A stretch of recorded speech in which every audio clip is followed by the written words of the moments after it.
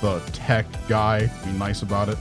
And he's going to be in the background of Chris's. Wait, did you start already? Yeah, what do you mean? Yeah, we are, yeah. Hold on, don't start yet. Bro, what do you mean don't start yet? Well, I was almost done with the like intro. I'm gonna keep going. No, you be quiet. We're going. But I haven't added Craigbot yet. Okay, I guess we actually have to restart because we got to put Craigbot in.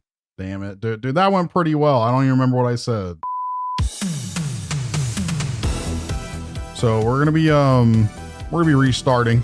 This is our tech guy's fault, as we'll call him. We were supposed to have started a few minutes ago. Unfortunately, we had to redo it because he didn't know we were starting. So we're gonna. Last night he was supposed to write like an intro for me, as I said earlier. Even though y'all won't ever know that, and he didn't. So I'm gonna just make this up as we go. Bryce, man, Bryce is smart. This tech guy is giving us a lot of problems here. Yeah, the smart guy is Bryce. Say something, Bryce. Yeah, the smartest. Right, and then we got the other dude who's just here, Chris. I'm here. He's here. And I'm gonna ask them tough, challenging questions. By that I mean Bryce. I'm gonna ask Bryce questions. Yeah, I'm not smart enough. Yeah, and then Chris is just gonna be here the whole time. I'm gonna explain something to them that I'm pretty sure they've probably not seen before. You might have seen some of it, but from what it sounds like, you haven't seen it. And that's gonna be the premise of most of the episodes. They're gonna have not seen it at all. Like maybe every so often, like the pilot we did, there might be some times where they like have seen it or like know of it, but like probably about it. Hopefully that almost never happens. Also, the reason I'm doing this is because I just remember stuff pretty well. So I tried to mostly do this from memory. Every so often, I'll sift through wikis for like a little bit to just make sure I'm not like tripping completely. But other than that, I mostly just pull this from my memory. Also, I've not seen this show in a really fucking long time. So there's a lot of times here where I type something and I literally put, I don't know if this is true. I'll Google this later, but even if I Google it and it's wrong, I'm going to keep it here. So there's a lot of parts of these slides that are really just false. And I'll bring that up when that comes up. So okay, that's a good start. Okay, so I think that should be mostly what we need to cover. Are you ready to talk about Sonic X, gentlemen? Yeah. Yep. I mean, all right. I know. I think I watched probably like 3 episodes of this. Okay. Yeah, I've seen probably more than that. I always used to get really hyped when this would come on TV, but like I never saw it like basically ever. Though. Yeah, like, no, actually the same. I was always hyped. Like, never watched it. Yeah, same. So that's just how it goes. Okay. So the show came out, like I said here, it's in 2003. And it was by it was animated by a company called TMS. I do not know what else they did. I did not look into that really. Didn't really matter to me, but yeah, they may make other stuff, obviously. The airing started with 52 episodes. That was all they were given. Both the seasons are 26 episodes each. And then for some reason, in 2005, they added another season. Now, 2005 season is particularly strange because it seems to me like they had a totally different writer. I would hope so, unless the writer was in a dark patch. And another thing that's pretty interesting, you couldn't watch this in South Korea, any of it, until 2010. And most places never got a localization of season 3 at all. Like, this is not a joke. Japan got this last year during the pandemic. The third season. Really? Yeah. I would have thought that this was like made in Japan. Actually, from what I gathered, this was simultaneously released, and season 3 was never localized in Japan until literally last year. That's pretty. It's very crazy. weird. That's super abnormal. Yeah. The show was made in Japan too, even season 3, but it wasn't released there. Wait, so did they just like make it and then they like did an English translation, released it in America, but just never released the original? Yeah, exactly. That's what it sounds like. Exactly what I'm guessing that also means there's like no original voice acting. It's just like animation. And I then don't like. Yeah, I guess so. Yeah. Because there is a sub for it now, but I mean, it's literally come out within the last 2 years. Okay. Yeah, cool. That's a weird thing. Okay, so these are the characters in the show. I want to point out a few people in particular that are incredibly important to remember their names because they are not normally in the games. So if you don't remember them, you might get kind of confused. So the obvious ones here, Sonic, Tails, Knuckles, Cream, Amy, and this is I don't know if people know what this thing's name is. His name is Cheese, the Chow in the bottom right corner. Yeah. And then I said okay. And Dr. Eggman's really small back there. And then we got Shadow up in the top left here, Rouge up in the top middle. We're going to talk about how Rouge is in this show a lot. And then Eggman. Also, we have all the human characters. I gave their own slide too, so you don't really got to pay attention to them right now. And so these robots right here, this little yellow pair of eyes back here, and this white guy, these guys' names are Boko and Deco. Do not confuse Boko with this guy right here, the black guy, because this is Bokoon.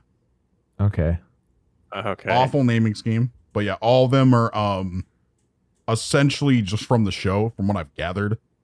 And they are... we'll talk about it, I guess. Okay. Let me introduce the gang a little more thoroughly before we move on.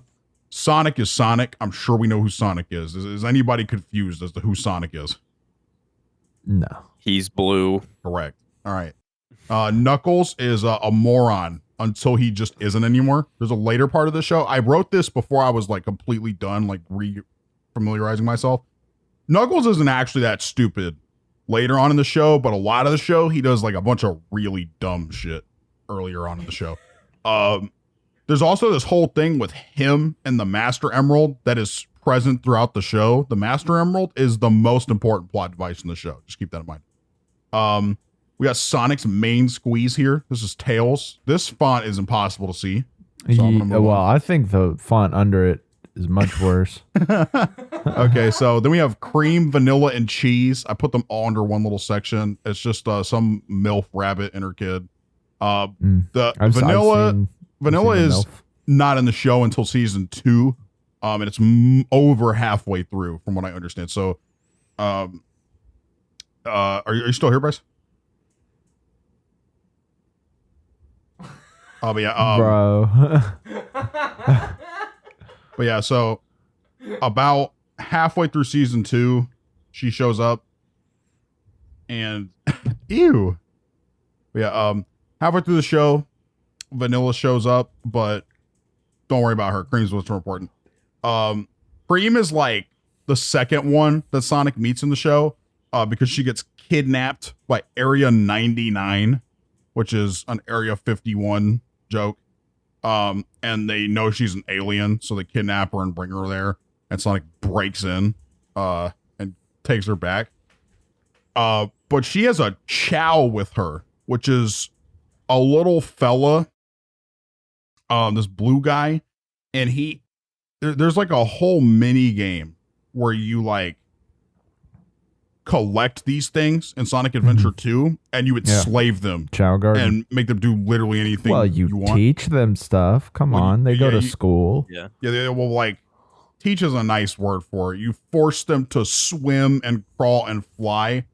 Not very fast actually, but that's what they do, and you like force them to train to do that their entire life with no rest. And if you want to, you can demand moral changes in their personality to help them run, fly, or swim quicker.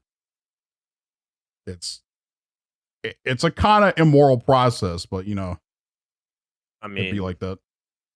Yeah, it's just like how you would throw the Chows against the wall in the Chow Garden in Sonic Adventure 2, and they'd like become evil. Yeah.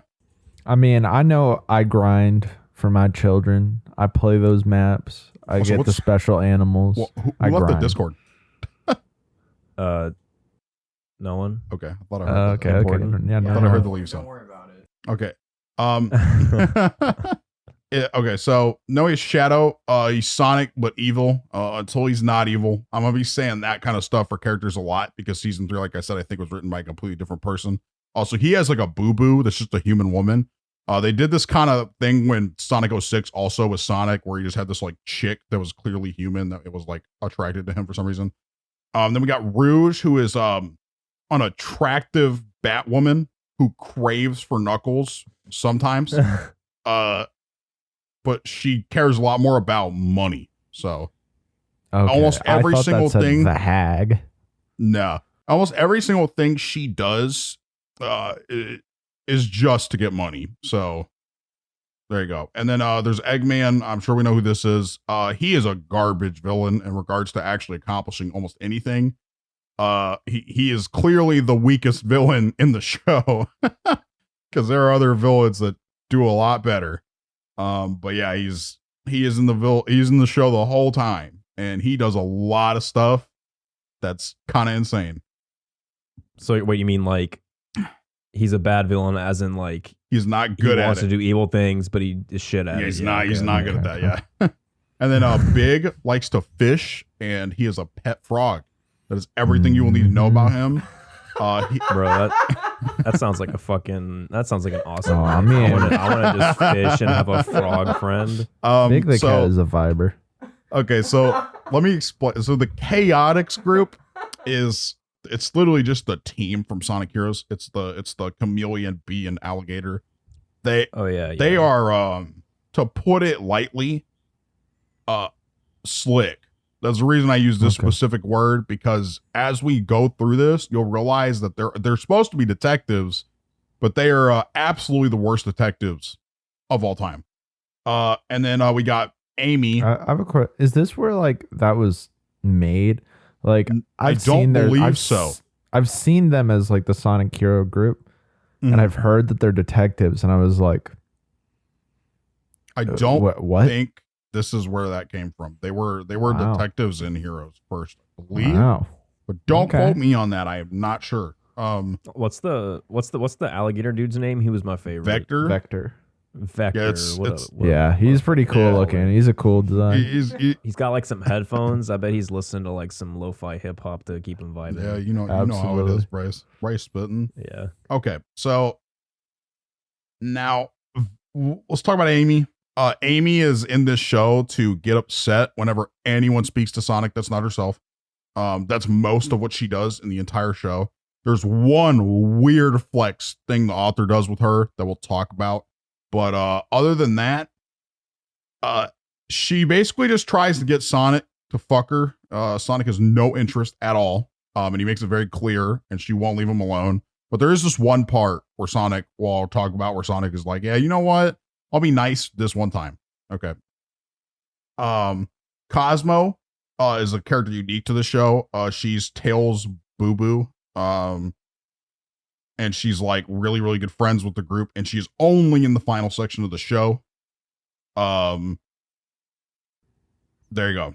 She's how good of a friend she is. Yeah, she's just in the last part. She's a big part of the last part. Then there's this one character who is an incredibly powerful robot that just meets cream and cheese under a very strange circumstance that I don't really understand. He's important for one part in particular we're talking about, and then there's Bokun, who is this little black guy that I talked about. Deco and Boko do not really matter at all, but they do have names. So Bokun is the little black guy. Now here are the human characters. Kris is the main one, this guy right here, and then there's Chuck. Tenmi OG. For the most part, Kris and Chuck are the important ones. Okay, like so Chris's dad, his name is Nelson, and Chris's mom, I don't know her name, they do some things that are pretty cool. The other somewhat important characters are Mr. Stewart, Mr. Tanaka, and Sam Speed. Sam Speed is Chris's dad's brother. So they don't look anything. Well, I guess that does. Yeah. I mean, he does. He looks like Kris. That's a good point. You know, I didn't really think. Oh man, that might be a plot hole. Or who's faster, Sonic or Sam when he's speeding racing? I'm glad you asked. That doesn't come up. We will get to that. Very specifically. And then there's Ella. She's their maid. Okay. So Kris is the reason Kris is in the show. When Sonic falls onto Earth, it gets chased by the police, which is Sam. Wait, This Sonic is falls onto Earth. we'll get to that. Okay, so Sonic comes to Earth. He like falls into the city. Sam, a police officer, I'm sure you could tell, chases him Oh yeah. throughout the entire night, and he finally gets to this residence. Sam does not seem to know what this residence is. Crazy, because this is his brother's house, but he falls into the pool and he can't get out. Sonic can't swim, and Kris goes there and helps him.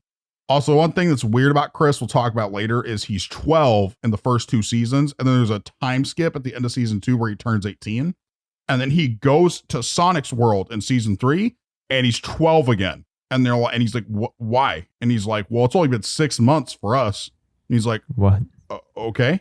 But did Sonic become old as hell? Well, yeah. Well, so Sonic and them, it had only been 6 months, and in Chris's world, it had been 6 years. But you know how like you reverse an age when that happens? well, I'm thinking like, wouldn't Sonic like speed up in age when he comes to the human world? You would think so. Okay, yeah.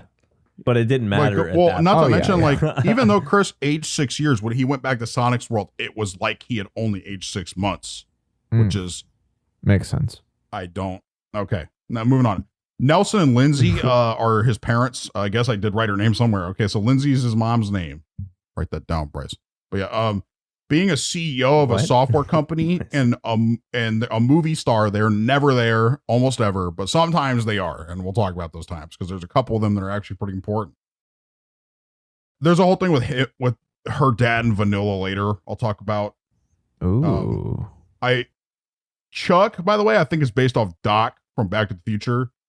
He's a science granddad. He knows how to do science.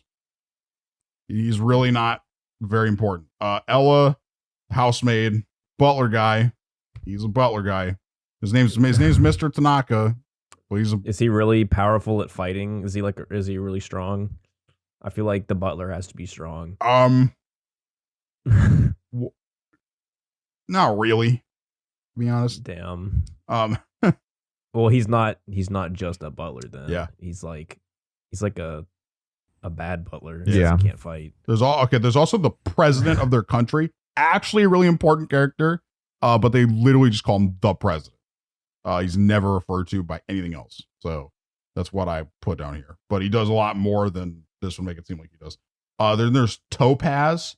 I actually didn't include a picture of Topaz, but Topaz is a human woman who works with Rouge, because Rouge works for the government, of course. And their job is to find the Chaos Emeralds and give them to the government, while also like talking in between Sonic and the government as like a go-between. So Everyone knows that the best way to get money is to work for the government. that's correct. Yeah. Let's go, Rouge. All right. Mr. Stewart is a kind of creepy teacher who is also an undercover agent for the government, but he is like a big fan of Chris's mom.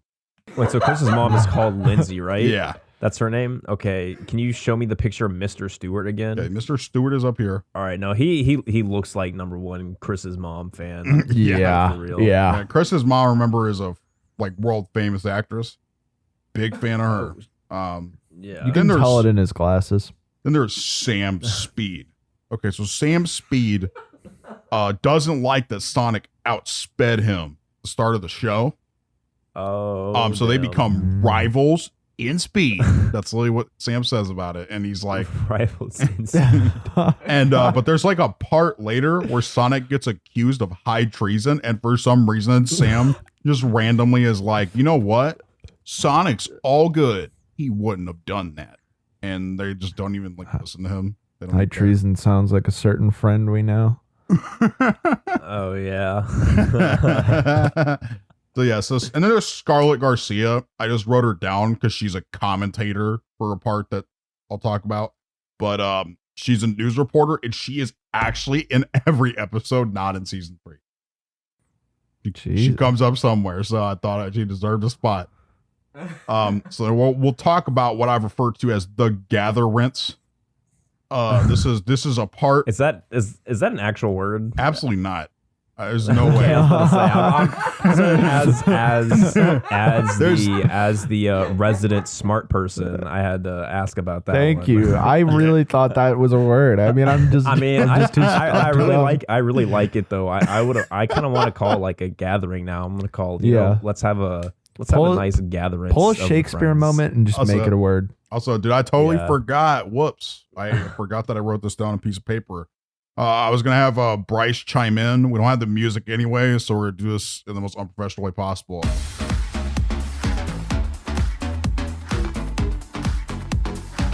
Who has the most drip, Bryce? Answer. I mean, dude, this is kind of hard. I think, like, they all got a certain amount of drip. I feel like Sam has, like, the style, kind of, because he's, like, in a uniform. But I feel like Bryce loves a man in uniform. I do, but I honestly think like low key Kris got that drip, dude. You see how long those fucking shorts are? I was gonna say. I'm so glad he brought up the pants, dude. He's so cool that his like belt doesn't like go like horizontally. It has to like hang down. Yeah, like it also that's just a straight. Also, just whatever is going on the knee area question mark. Oh, that's that you just can't see it, but there's a zipper there, so you can like take. Oh my god, it's so perfect, dude. I hope so. And like the little yellow thing on his shirt is actually like a frocket. Oh my god, that would be so awesome. Does it mean he has two more on his sleeves? No, those just look like frockets. It's for style. 3/4 pants really like work for him. So wait. So like the front part, the pocket on the shirt, that's like the frocket. So if he has like frockets on his sleeves, it was like called sockets. Oh, sure. Yeah. Okay, you know what? I think he has sockets as well. Because they can be side and sleeve. Yeah, that's perfect. He's regardless, he's got some drip. All right. Good answer. All right. So the beginning of the show is a whole bunch of fuckery, just complete nonsense. It's basically just all the characters showing up and being like, I'm here to help. I mean, then Sonic having to go like convince them to either come or help him. By that I mean Knuckles. And then everyone else is just comes over immediately to live in Chris's house for an indefinite period of time. What happens at the start of the show is very confusing. So they're chasing Eggman, and Eggman's like, I got all the Chaos Emeralds. And then they're fucking like, well, we got to stop Eggman right now. And so Eggman's like, okay, you can't stop me. And Sonic's like, whoa. And then he can't stop him. So he uses chaos control, which I will call plot control for most of the video, and sends them to just some random place by accident. So the chaos control does is it allows you to teleport anyone anywhere if you have all 7 chaos emeralds. Oh shit. There's a part later where they make that way more broken. But for now, when you have all the chaos emeralds together, you can teleport anyone anywhere. That's the important part. And so they can all get everyone on Sonic's planet that is important at all gets teleported to Earth. Not everyone, that would be weird. But the way the show starts, there's like this part with like Big the cat like standing in the woods. This is the first scene of the whole show, and he's just like standing there, and you like senses something's going on, and then he will not appear again for the whole first season. What? I know. The first shot of the whole show is Big the cat like standing there flexing, looking around. And then he never shows up in this whole first season. The first season incorporates the first arc, which is this slide, and the next content slide as well. Well, that just means that's all you need to see of Big is just him flexing. Yeah. I mean, it kind of sets the tone for the show. Being there and not doing anything is like that's the flex. I mean, that's how Big kind of is. He's just like a fisher guy who doesn't really want to be there, but he wants to fish. Oh man, okay. They get to Earth. Like I said, Sonic gets chased into a pool. Kris gets him out of the pool, and Sonic's like, I'm gonna live here seemingly forever. And Kris is like, oh great, awesome. And was it kind of like an ET? Is it like an ET type moment? Sort of. I touch my gloved finger, Kris. Oh man. Okay, so after this, dude, this next part's fucking insane. So Sonic is just chilling at the house, and he's watching TV. By the way, he's not looking for the emeralds fucking at all. He's just sitting there watching TV. And there's this part where Kris just comes in. He's like, hey, do you want to eat some food? And he's like, oh yeah. And he brings in a bowl he just brings in a bowl of cat food and sets that shit down. And Sonic's like, bruh? And then he just gives him the cat food, and he's like, bleh. And then so because he doesn't like the cat food, they're like, oh, how are we gonna feed him? And then he looks over at the TV while they're talking about this, and Cream is just inside of a military base, like the most secret military base in the entire fucking country. And I mean, and I thought you were gonna say it was an ad for chili dogs or something. No, they just cut out the food part, and then so she's just chilling on TV, and they're showing that they've captured an alien on national television in their super secret alien technology military base they have, and it's just on TV. And so I was like, well, we gotta go there. So obviously, of course, Chuck, his granddad, has a vehicle for that. So they fly there. And wait, so is this is like in the future kind of, or is it just like a little bit present, except his like granddad is just like advanced enough for some reason that he just has like flying. Everyone things. knows that science grandpa is science grandpa. Yeah, he's science grandpa. That's true. But they're a little more futuristic than Earth, anyways. But yeah. Okay. But like how prevalent are like flying vehicles? Okay, it's not a flying vehicle. It's more like a small plane thing. I think. I could be wrong, but that's what I think it is. He gets into the military base. Chris's granddad builds him this infrared scope that he uses to look inside the base, and he looks in. He just jumps over the gate, sets off all the alarms, and just sprints in.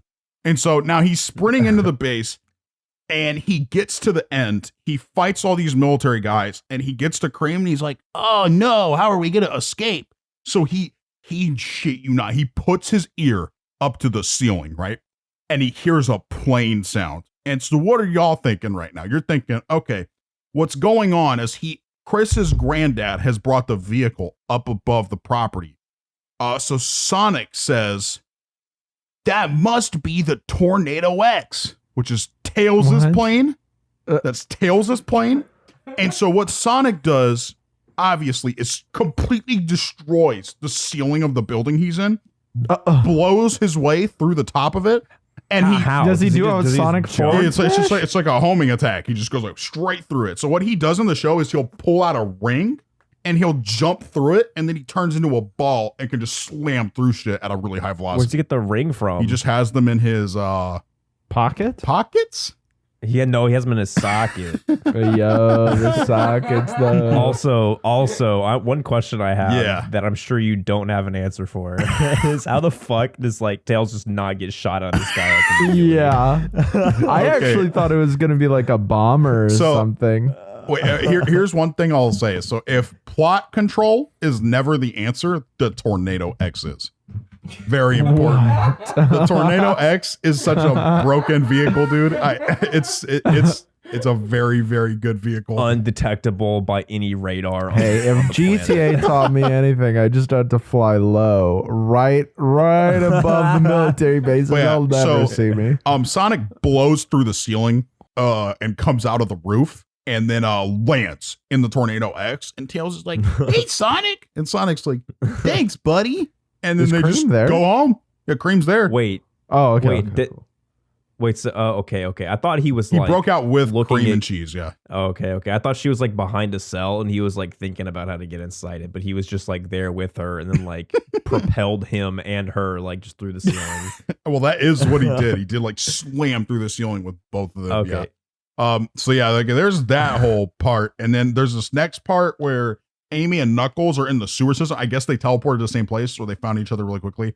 And then they're both just complaining about Sonic. They're just like complaining about the fact that he's such a dipshit and this is all his fault. And then Amy's like, there's this robot that comes downtown. Amy and Knuckles separate. She goes above ground. She sees the robot. Sonic comes and kills it. And she's like, oh, Sonic, thank you. And just goes with them from now on. And then Knuckles is like there too. And he just like shows up and he's like, fucking Sonic, fuck. And then they just start, and then Sonic's like, are you beefing, bro? And then Knuckles just fucking leaves. He just goes somewhere. Oh my God, that's a hard beef. So then they go to, so I'm going to mention every time they find a Chaos Emerald, this is specifically to discuss how inconsistent the rate of discovery of these fuckers is. The first one they find in episode 4, this is episode 4 at this point, they find it at a construction site. We're going to move on to episode 5 now, but just keep that in mind. Knuckles, in the next episode, challenges Sonic to a street beef, which they agree to. They're going to go to this location where they're going to fight. But they don't actually want to fight Knuckles, but Tails is like, well, you got to fight him, Sonic. There's a Chaos Emerald nearby.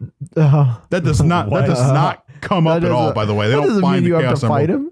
How does that correlate to fighting Knuckles? Well, because if they're gonna, so if he goes there and fights Knuckles because Knuckles is being tricked into fighting Sonic by Eggman, maybe Eggman doesn't know there's a Chaos Emerald there, but they do, I think is the thing. But it's like, it's a stupid reason, but that's the reason. I figured the reason was, I mean, I thought that he's a hunter of the Chaos Emerald. So I figured like, if we have him like tied down to fighting Sonic, we can swoop in and get it ourselves.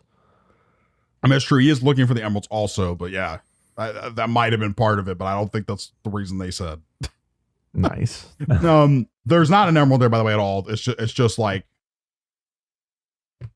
Tails. Come on, man. That's literally it. They just fight, and then at the end, he's like, "Okay, fine, I'll help y'all," and then that's it. Knuckles is weird. Okay, Mr. Stewart. Okay, we're going to get to him now. In the next episode of the show, there's this whole part where Mr. Stewart is revealed to the audience to be a secret agent. Wait, can you show us Mr. Stewart again? Is that the guy that wants to fuck Chris's mom? Yeah, this guy. Okay. Nice. And he's revealed as a secret agent, but the entire time he is very obviously acting like a secret agent, and none of the kids ever finds out. But his cover is like almost somewhat blown, while he's helping Sonic fight a robot without making it obvious that's what he's doing. But that part is just to introduce the character. Let's talk about the party episode. So there's this part where Sonic, Kris, the weird part about this episode, by the way, the very start of the episode, Chris's mom comes in and she says, "Hey, Kris, we're throwing a party." And he's like, "Oh, I know, like we were planning the party like for you. It's your party." And she's what? Like, I know. And she says, "Oh, by the way, I invited your professor to come." And he's like, "What? Why?" And then she's like, "I'm so excited." She like walks off. So Mr. Stewart's coming to the party. Okay. So then I'm sorry, that what? I know. So then the party's going on and Cream and Sonic start having a really like loud argument about some actually pointless stuff. And then Cream's like, "I'm so mad at you, Kris." And Kris is like, "Whoa, what the hell?" And then she like goes outside and she's like, and then Kris is like comes out. And he's like, "I'm sorry, Cream." And she's like, "No, I'm sorry, Kris." And she gives him a crown made of flowers, and that's what the episode's about. Did she? There's other like have that? Oh, she was making them out there. But yeah, that's a good way to get your anger out. Yeah, make a flower crown. Okay. Yeah. So that's pretty thoughtful, Cream. That's a good life lesson. Yeah. There's a part here where Sonic and Tails go to space. Unimportant. There's a beach episode here for those interested. There's you always look forward to the beach episode. There is a beach episode here for those interested. This is one of 3 times where Cream and Amy wear swimsuits. You can look that up. They play. There are 2 more times. There are 2 more times with the swimsuits. I will denote those for fans. Are we gonna have Cream's mom wear a swimsuit? No, I don't think so. God damn it. Okay. I'm sorry, Kris. Strange. All right. They play baseball in this next episode because there's a Chaos Emerald in the stadium, deadass. No clue why. but that's where it is. Okay. Wait. So do they have like a Dragon Ball radar, but for Chaos Emeralds or something? I'm glad you asked. So how it works is whenever, so Tails just has a thing built into the Tornado X, the ship, that can detect them. The like airplane he's got. The thing that's crazy about this, oh, by the way, every place they go, they just go in the ship, in the tornado. But there's a whole thing here where if you get close to the emerald, the other emeralds start glowing really brightly, and that's how they find them most of the time. Okay, I mean it's like the little the mini game. I say mini game, like the mission in Sonic Adventure also, you know, where like the thing starts flashing and stuff. Y'all get it. Yeah, I get it. Right but yeah, so I feel like there's some really good voice lines from like Knuckles, but I can't think of. I gotta talk about some that. So yeah, that is one of them. In the baseball he also episode, like says something. He's like punching and he says something funny, but I can't remember what it Dude, is. the rap in Pumpkin Town or whatever the fuck that is. Sick rap. Good hip hop right there. Oh yeah, that's good. I feel like like sick rap. We gotta like edit that over the intro like really quietly. It's a low high hip hop to fucking study to right there. Oh yeah, dude, that's what what's his name, Alligator Man. Yeah, he's listening to the Pumpkin Hill theme on the 24/7 type stuff. All right, so I want to talk about this picture of Cream in the top right corner here. There's a part of this episode, so this is in the Japanese version only. She says something totally different, but she is about to come up to bat. Okay, and she says to the pitcher, "I love you, pitcher." And the pitcher does the weirdest thing he could do, and gets super, super nervous and shy because of this. And he throws like a meatball, and she gets like a fucking home run. And I'm just like, God, she really does love the pitcher. What? Excuse me? and I just thought that was weird, but that actually happens. So they don't get the Chaos Emerald. Eggman shows up with a baseball bat robot. And he gets the emerald. That's all that really matters. Okay, but why did they need to win? I don't know. I think they were doing that to distract Eggman. That's what I think. I don't particularly remember exactly, but you said Eggman was a bad villain. I mean, he got These one are kind emerald. Of bad heroes. That's also a fair point.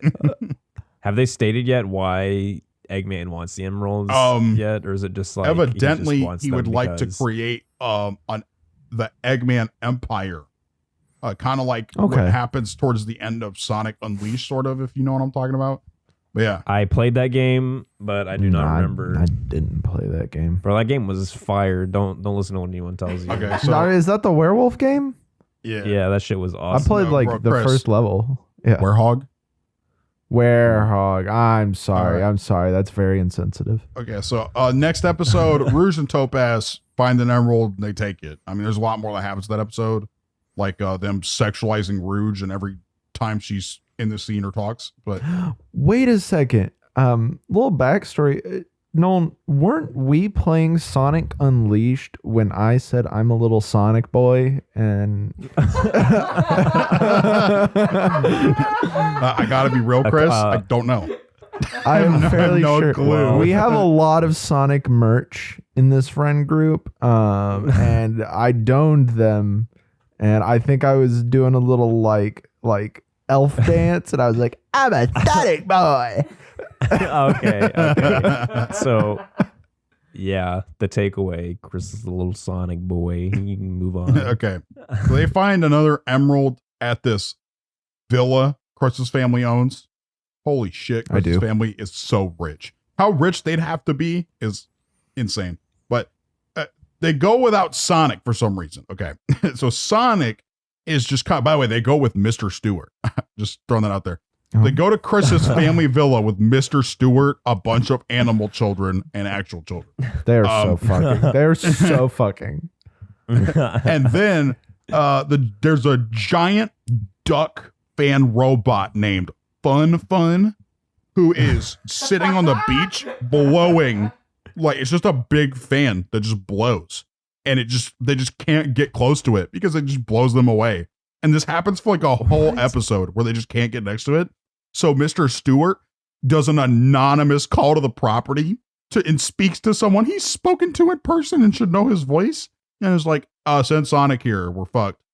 And then the military shows up. The military shows up and starts attacking the Egg Fort 1.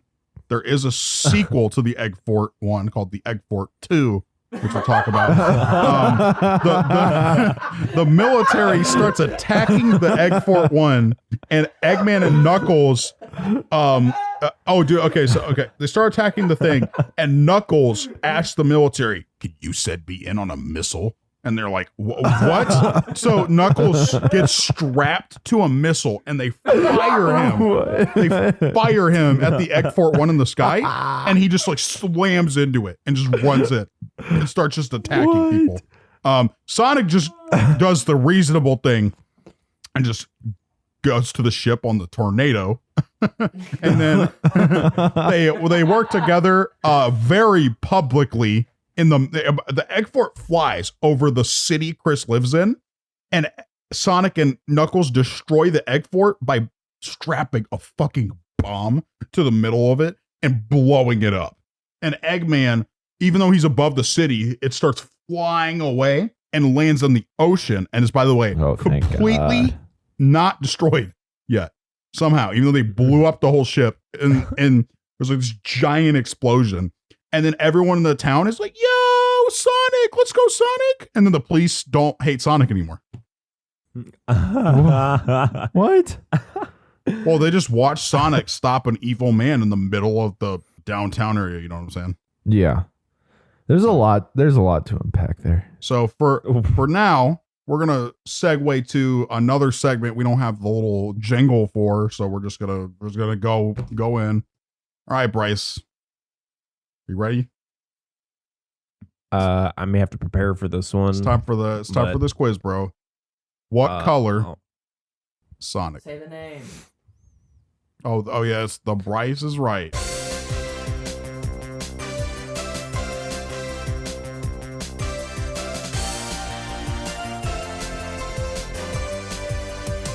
Yeah, thank you, tech guy. Go, Justin. All right. Colors. Justin's just so good at this. I think he's blue. Yo, okay, that's 1 point. I was really thinking that was maybe some kind of trick question, and you were gonna say some like extremely specific shade of blue, and I was gonna be wrong. Okay, so second question. We're gonna amp up the difficulty a little bit here. Name 7 human characters. Oh, you got this. Chris's mom, Chris's that dad. Doesn't count. I need first names. Lindsay, yes. One of them Sam, right? Yeah, I don't fucking know. Oh my god! I can like we missed it. You don't even know Nelson? The fuck is Nelson? Nelson's his dad. I mean, like, I can like think of the characters, like, but I can't think of who their names are either. But like, fucking Chuck.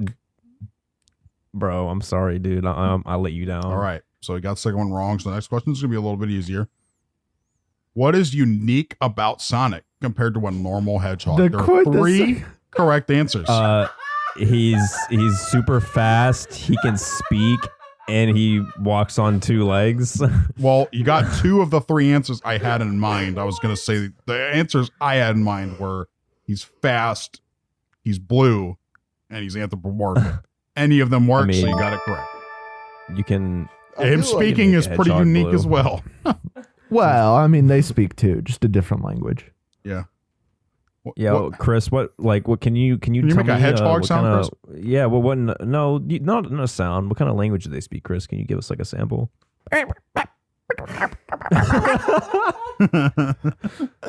Okay, thank you. What does that mean? Oh, that just means howdy doody, my friend. Okay. All right. Yeah. Okay. Oh shit, you just said some bad shit, man. Yeah, I said fuck you. I don't care about your... What are the names of every named slide so far, Bryce?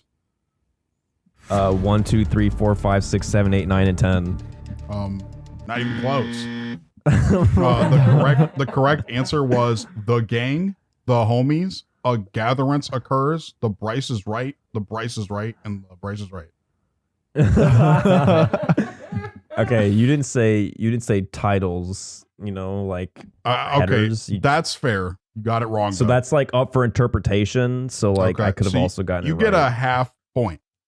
How about that? I'll look forward to getting this next half point. Okay. Ready? Can I get 1.5 points for one of them?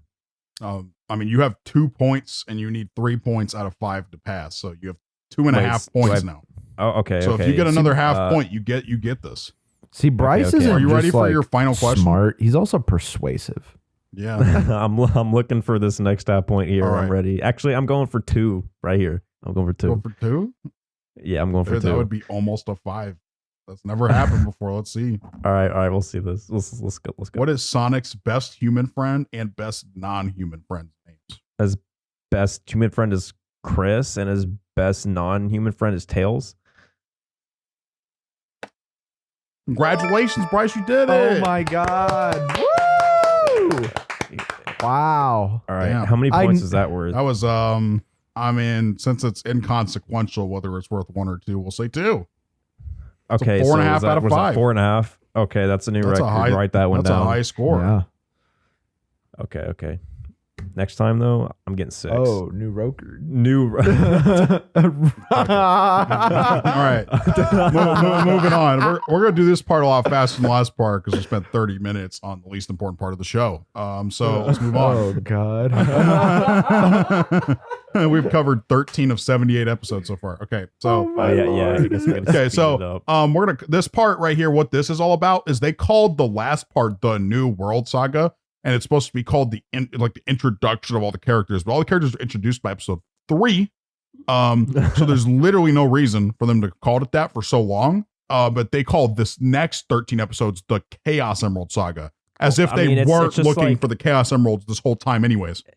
I mean, I feel like episodes 1 through 13 are just like Sonic and friends do things and stuff. Yeah. That's it. That's fair. But they were still looking for the emeralds already. I feel like Nolan was so polite with the names question because, I mean, what if you had to answer, oh, my favorite slide was they continue to collect emeralds, but now the new title for the saga reflects that and isn't called something misleading for too long anymore. Oh, don't, bro. If I'm telling you, if that question was on the next slide, then I would have gotten this one. Don't worry. Also, I remember this one. There's a part where they find out the Egg Fort 1, even though it exploded, is just fine underwater and there's no like leaking or flooding at all. And the president is like, well, then go find him. And they're like, oh, okay, we can do that. Cream and next episode, Cream and Amy get their bathing suits back for this episode already. It's been like not even 10 episodes. They find another emerald while they're at this beach. They're at another beach, deadass. This one is it's like a beach episode 2, but more about the beach this time. And then so some guy just finds an emerald and he hangs out with Knuckles, and Knuckles is like, "What's up, dude?" And Knuckles is like, and they're just hanging out. And this guy's an archaeologist, so he found an emerald somewhere. And he's like, "Oh, you're awesome, Knuckles. You're taking a Chaos Emerald." Knuckles, what? Why do you have that? And then they never see that character ever again. He's gone forever. Nice. Okay. Also, that sounds like plot control. Yeah.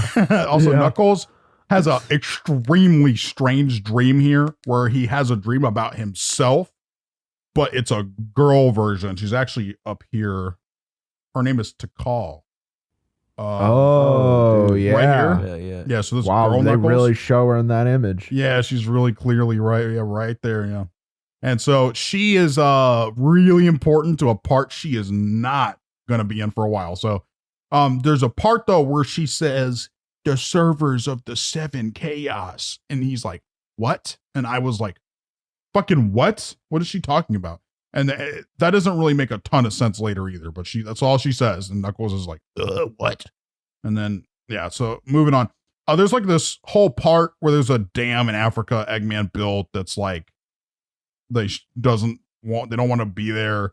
But the part that's weird about this, okay, Sonic, when they finish the part with the dam, Sonic pulls out this miniature television from his pocket I guess.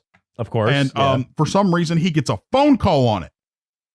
You know how many TVs work like that? You can get phone calls. Okay, I don't think you understand just the depth of Sonic's sprockets. No, sorry. I misspoke. His sockets. Okay. Well, that does pertain to why he would be able to get phone calls on a mini TV.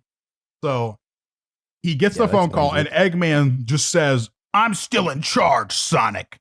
And Sonic's like, what? And then Eggman points at Bokun, the little black guy, and he makes him tap dance for like a full 30 seconds. And then he starts crying and flies off. And the episode ends. Man, if I was Sonic, I would have been like, lose this number. Like, don't call me again. Did I lose this number? Dude, I need to use that on someone sometime. You'll lose that.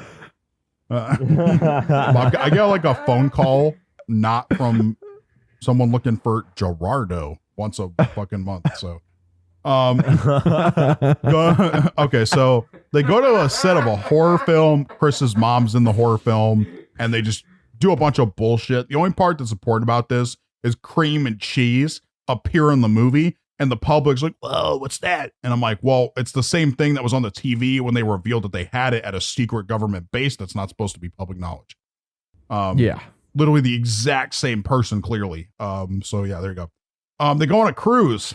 Doesn't matter. Other than that, in that episode, Eggman makes the Egg Fort 2.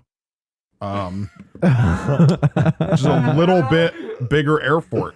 There's a part next where Sonic and Sam have a race, and Nelson is like, "You can't beat my brother." So he's his brother's sponsor. Weird flex here. The president's aide, who effectively is his vice president in the show, the way he actually does his job, he's not really an aide at all, helps Eggman try to rig the race so Sonic will lose. Fails miserably. And then somehow, after all this happens, they're like, okay, I don't remember his name. Guy that helped rig this race. We know you were contacting Eggman. You're fired. And he's like, how the fuck did you know that? And I was like, how the fuck did they know that? Doesn't make any sense. And then by the way, Sonic wins the race, and there's a part where he passes Sam and goes across the finish line so far ahead of Sam that he takes like a bunch of like selfie type pictures in like different poses, walks back across the line again, and then passes Sam again. Bruh. Maybe the biggest flex ever. Yeah, honestly, that's a classic Sonic moment. I know. I was like, dude, that's so extra, dog. That is what we like Sonic for. So I'll say that kind of just epitomizes Sonic and what he is. Yeah. Yeah. Also, there's a part where Cheese goes missing, and they found her at a place with a bunch of chows, and Eggman attacks them, and there's literally this scene where Chris is like, Eggman, there's literally not a Chaos Emerald here. Why are you attacking us? And he's like, I don't care. And it's like, he just attacks him for just no reason. I don't get it. This is like the only time where he just attacks them for like literally no benefit to himself. And then this next episode, they find another emerald, and Tails is like, don't get it. And then they're like, whoa, what's up, Tails? He's like, well, if we get any 5 of the emeralds together in one place, it'll create this ginormous electromagnetic explosion. And why would he say that before? Okay. Maybe you wanted to mention that before now. But yeah, so they're all like, whoa, that's Wait not a second. good. Well, they were they looking for this emerald, or did they just find it? They found where it was, and then they want to go get it. But Tails is like, we can't go get it. It'll explode. And I'm like, oh, what?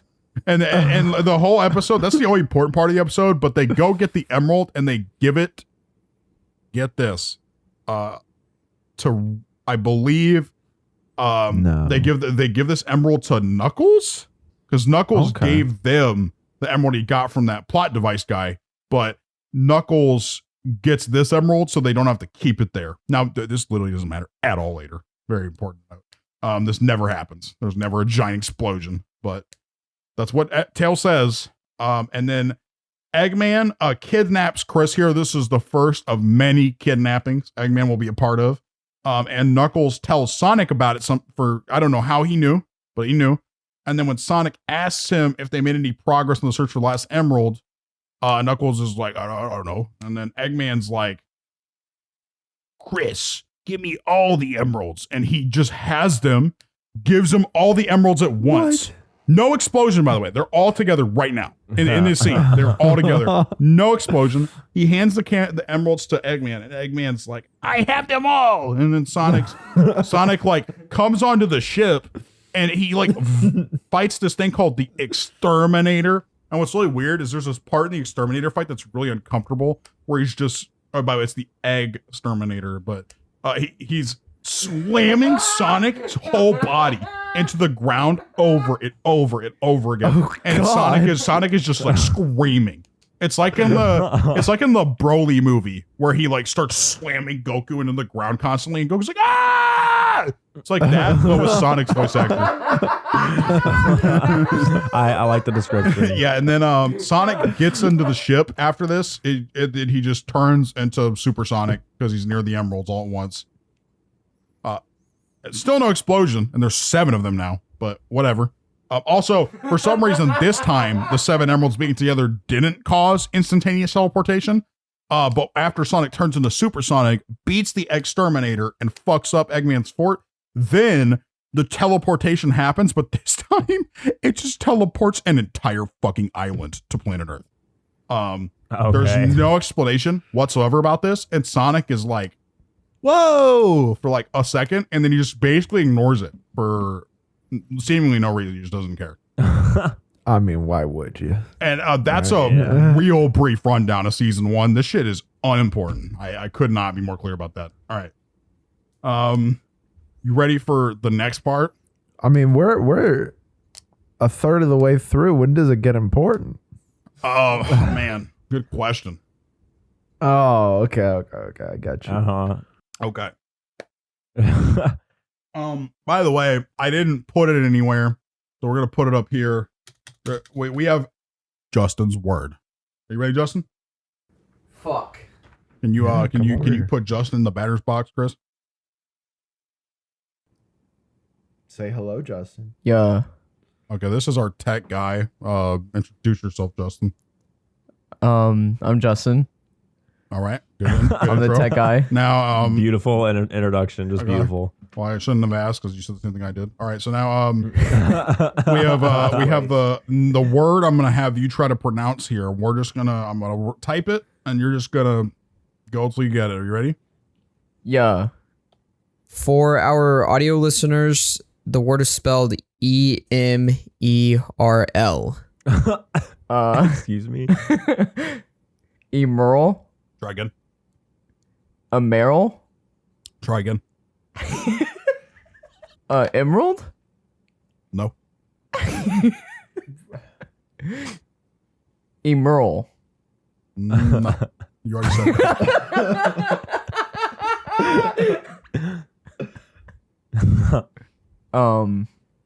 Emerl. You literally said that just now. No, that was the last one you said.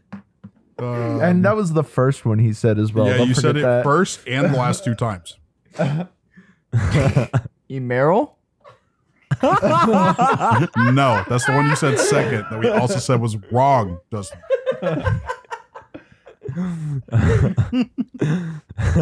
Can you use it in a sentence? Oh, wait, you would literally say the word. No. Well, we'll bleep out. Can you bleep out the word and use it in a sentence? Yeah.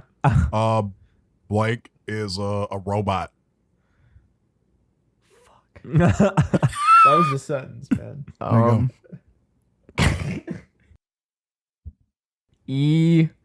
Mural? No. I'll tell you when you even get. Hint. That was a big hint. Was I close?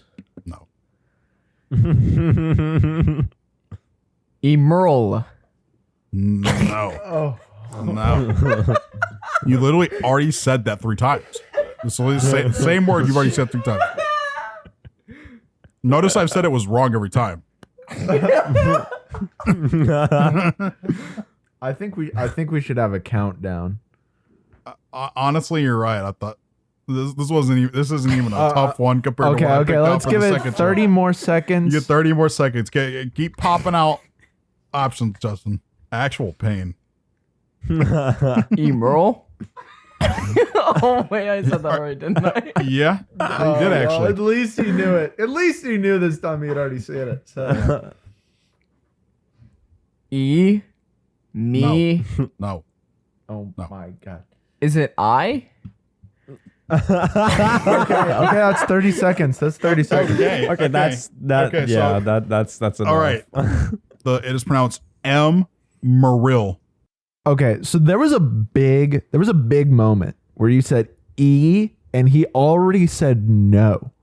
Oh. He said no as soon as you said E, and I was like, okay, then it's M. Wait, how do you pronounce it again? M. Marill. I don't know how I was supposed to get that. The rill? Strange. That's the reason why I used this one, because I was like, this is the only thing even close. But it was harder than it looked. I definitely would have said Emerald, but Yeah. That's the secret sauce right there. Well, all right, Justin's 0 for 1. I expect the O to stay next time. All right.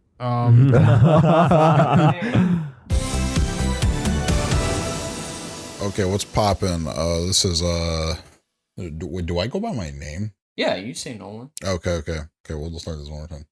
I didn't know if I said anything else other than that. So okay, yo, what's poppin'? This is Nolan from the Content Crusaders podcast, and we just want to go ahead and thank everybody for listening to the show. Also, you can get any new episode every Tuesday at 3 a.m. Every other Tuesday at 3 a.m. Correct, Justin. Also, I've got it marked down here. I gotta make a certain kind of joke. I won't. Also, just so you know, best way you can spread the show, share it with anybody else who will watch it, and make sure to rate 5 stars on Apple Podcasts. Also, liking and commenting on YouTube if you would do it spreads it pretty quickly. You can follow us on content_crusade on Instagram and just content_crusade on Twitter. I really wish we would fix that. We are having a modification as we speak. Okay. There's no space on the Twitter one, actually. I was just informed. And then it's Content Crusaders, but with a space on YouTube. So we thought that through pretty well. Now, I also want to shout out the guy who drew our podcast logo and our thumbnail fucking call it template. His name is Zaz, Z-A-Z-Z, and yeah. And now back to the episode. Yeah. Okay, so now we have the fastest paced story arc I've fucking ever seen before. I'm gonna try to go through this as fast as it feels, so y'all get a gist for what this is like. So we're gonna blaze through this part. Big shows up. He's just standing somewhere and fishing, and his frog friend eats a Chaos Emerald. And Big the cat is like, whoa, I'm back in the show. Also, my frog has a tail now. And then the president is like, this giant island showed up. Let's turn it into a tourist destination so we can make a lot of money and help the economy recover. But they don't make it sound like the economy is in any bad way for any clear reason. And then Lindsay is like, hey, I just went to the store and got a Chaos Emerald. Here, it's yours. It doesn't match any of my clothes. What? And then they fight Chaos. Eggman steals the emerald from Cream. I'll get to Chaos in a second. Gives Chaos the emerald so Chaos gets stronger, like in the Sonic Adventure games. And then they're like, whoa, he gets stronger because they were already getting their ass kicked. And then he just beats their ass. So then the next episode, Tails finds another emerald. The police see a giant glowing rock fall through a building. And they're like, what the hell was that? So they walk in and Knuckles is touching the emerald and he's like, no. He's having like a flashback with the Tikal girl. And in the flashback, Tikal is like, oh no, Dad, don't use the Chaos Emeralds. They're evil. And her dad's like, shut up. I'll do what I want. And then they see him like screaming and holding the emerald. And they're like, you know what? Let's not observe that alien object that just fell on our planet. We'll just let him have that. Then Eggman then steals another emerald that Sonic and Tails find, gives those 2 emeralds. By the way, the Master Emerald is what fell through the stealing. I'll get to that. Sonic and Tails find another emerald. Eggman steals both of those, the one Tails found earlier in the episode and the one they just found now. And Sonic defeats the 4 emerald version somehow, even though he couldn't beat the 0 emerald version. And then Amy gets kidnapped along with a bird named Lily she met that episode. And that's the end of that episode. Okay, so then there's the robot from Sonic Adventure 1? Well, he showed up as well as all the other ones, and they're like, we're gonna destroy Sonic. And then they're like all just like trying to attack people, and this little like bird, Lily, is like in the cell with like Amy, and she's like, oh, you have a Chaos Emerald around your neck. And what? But then the bird does? Yeah, and for some reason. Aren't the Chaos Emeralds like as big as like someone's hand? Yeah. It's like literally huge. How big is this bird? Just massive? Okay, like let me, no, it is not a big bird. Let me show you this. Lily Sonic X. That was the first thing. Yes, look at this. How would they not know? That is like ginormous. Do you see this? You see how noticeable that is? That bird is like fucking strong bird. Oh my god, dude! It's how did it get in that? How did it's plaqued? I was about to say, can you like look up? Can you look up a picture of a Chaos Emerald from this show, like by itself or in someone's hand, so I can get a little bit of perspective on just look how up the big blue this bird Chaos is. Emerald. They're all the same size. They're about as big as Sonic's hand. Ooh, something like this. Looking up when you look up Sonic Chaos Emerald, we're already getting some deviant art here. Excellent to see. One of my favorite thing about Sonic, most likely. Okay, so I know Bryce's favorite part of Sonic. Would you like to tell everyone? That's for future episode. Yeah. Oh. Okay, so what happens here, by the way, though, is they're looking for Froggy, and all the robots track Froggy down and find him. So in the span of 3 episodes, we now have all of the emeralds. To make clear how insane this feels, they went from finding all of them barely in the span of 26 episodes to finding all of them in 2.5 episodes, except for 1. And we'll talk about how weird that last one is in a second. He gives all 6 of them to Chaos. Chaos pops off. Sonic still just beats him. I just don't understand, because it doesn't make sense, because they couldn't beat the one that had 0, and now they're whooping the shit out of the one that has 6. But it doesn't really make any sense. But there's a bunch more emeralds that fall out of Chaos, and Knuckles comes over, and he's been collecting Master Emeralds this whole time, by the way. But he goes and gets all the emeralds that were scooped up after like Chaos. They fall out of Chaos, and Eggman runs away. And then he's like, I'm going to launch a missile at Chris's city. And then they're like, what? Because Chaos like turned on Eggman. Eggman's salty. So he goes and does that. And then Tails flies onto the thing with his tails and just diffuses the missile, and literally nothing happens with that. Why does it say Tails is like, Because it's partly he's like, what do we do? And then he just diffuses it anyways. Okay. There's like a whole flashback part here. While he's on the missile, he has a flashback to him and Sonic as kids. And it's really weird because it's just him being like, wow, Sonic's so cool.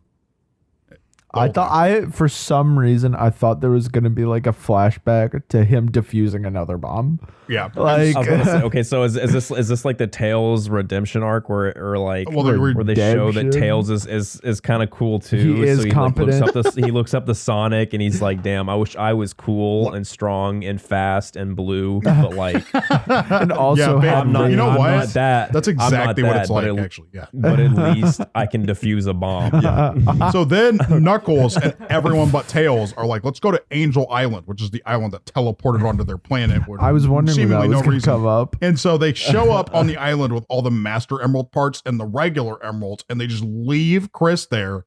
And Kris sees the last Chaos Emerald just on the ground by the Tornado X.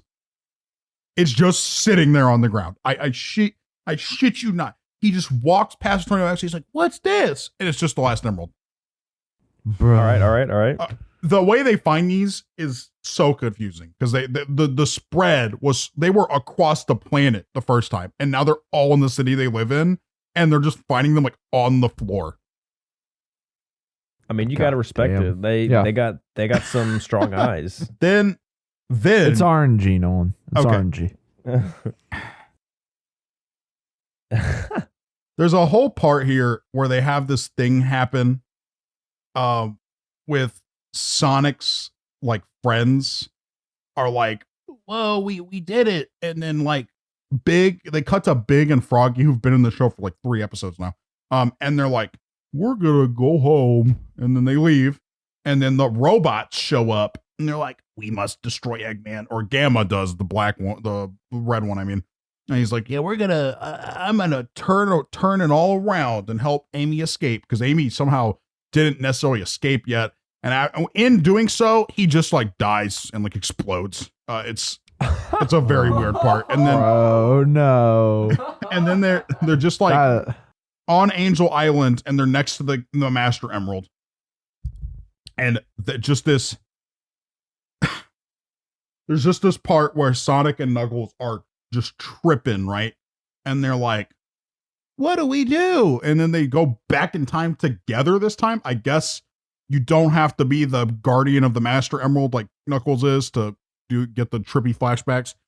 So they see Tikal there, and her dad in the past has all the emeralds, and he's like, and then Chaos appears, this giant chaos monster, but in the past, the one that would appear if they had all 7 emeralds shows up and just kills him in cold blood. And she's like, oh no, Dad! And then Sonic and Knuckles beat it eventually, but it doesn't really make any sense. They just like do, it's not even Super Sonic. I don't get how he wins. That's how he wins everything important, Super Sonic, but he doesn't even do that this time. And then whenever they are done with this part, it cuts to Kris and his friends playing basketball. Or not Kris and his friends, Chris's friends, just his friends. This is the reason I included these 3 characters, is just to talk about this part. They're in the middle of fighting Chaos, right? Then it cuts away and just shows these 3 playing basketball, but it's kind of funny because Helen is paraplegic, so she can't walk. So they're playing basketball together, and they're actually just like scoring on Helen in that scene. And it's like, wow. Very cool, guys. And then is that what's in that link? That was part of it. Honestly, this part's crazy because there's this whole thing where they're like, oh no, the planet's flooded, and it's not flooded. It's just Chaos's body is so big that it looks like it's flooding, but it's actually like a living thing, and it like gets up, and they have to like fight it, and it's actually just so unimportant. I'm not even going to go to it, but that's the link is a reference to the whole thing with like Tikal and all that shit. What happens next is Eggman is as you would imagine escapes again. I can't believe how easily he just gets away every time. And then, I mean, the thing is Sonic can run fast, but he can't fly. Yeah. And all of that shit I just described, by the way, happens in 5 episodes. Whoa. Yeah. Okay. It's a 5-episode part. That is insane. Yeah, it is so quick. This next part, Sonic speed. This next part, which I've titled the shadow part, we're gonna kind of blaze through this. This part is a lot like that because it's pretty fast too, but at least it covers significantly less confusing content. Okay, so it starts with Topaz and Rouge finding another Chaos Emerald because they split up again. Okay. And they're going to try to bait Eggman into making a deal with them. And so Sonic gets arrested, or they're searching for Sonic to arrest him because he was causing trouble on Prison Island, which is it's described like this in the show. I'm not kidding. As an island with a prison on it. Okay, yeah. I mean, yeah, and that sounds about right. Yeah, it does in fact sound right because that's what it is. which is crazy that they had to specify that. That's a 4 kids line if I've ever heard one. So what they do here is because Sonic fucked up their prison, they're like, Sonic has been accused of high treason. This is the part where Sam comes in. He's like, there's no way Sonic would do that, even though he like hates Sonic up until this point. Then also another thing that's really weird is they're like, oh, dude, he looks just like Sonic, but he's clearly black and not blue, and clearly has a red stripe on his hair, and not Sonic because he doesn't have that. And his shoes literally glow and are different shoes. And like in the camera footage, you can clearly see his shoes glowing. And there's like not a single camera on Chris's property, the several $1 million property that can prove his innocence whatsoever, even though they're further in the future than we are. And my parents have a camera on their property, and their property is like $400,000 at most. I mean, these are different times, Nolan. It's a lot safer in these times. Okay. So Shadow's stealing Chaos Emeralds too, by the way. And Sonic escapes the prison island, hides in the sewers from the authorities, and then Shadow kind of pogs on Sonic, and he uses the Chaos Emeralds on him when they start racing. So Sonic comes out, he meets Shadow on a roof, and he's like, who is that? And then they start racing because he's like, I challenge you to a race, Sonic. And then And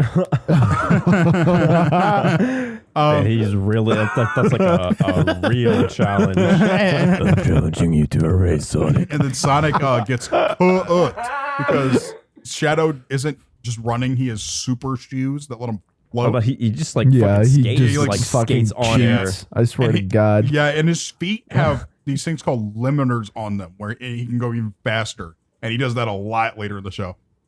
Sonic is after this imprisoned yet again because after he gets done with this race, they find him again and they put him back. Oh, like, well, you lost the race. I mean, that proves you're guilty.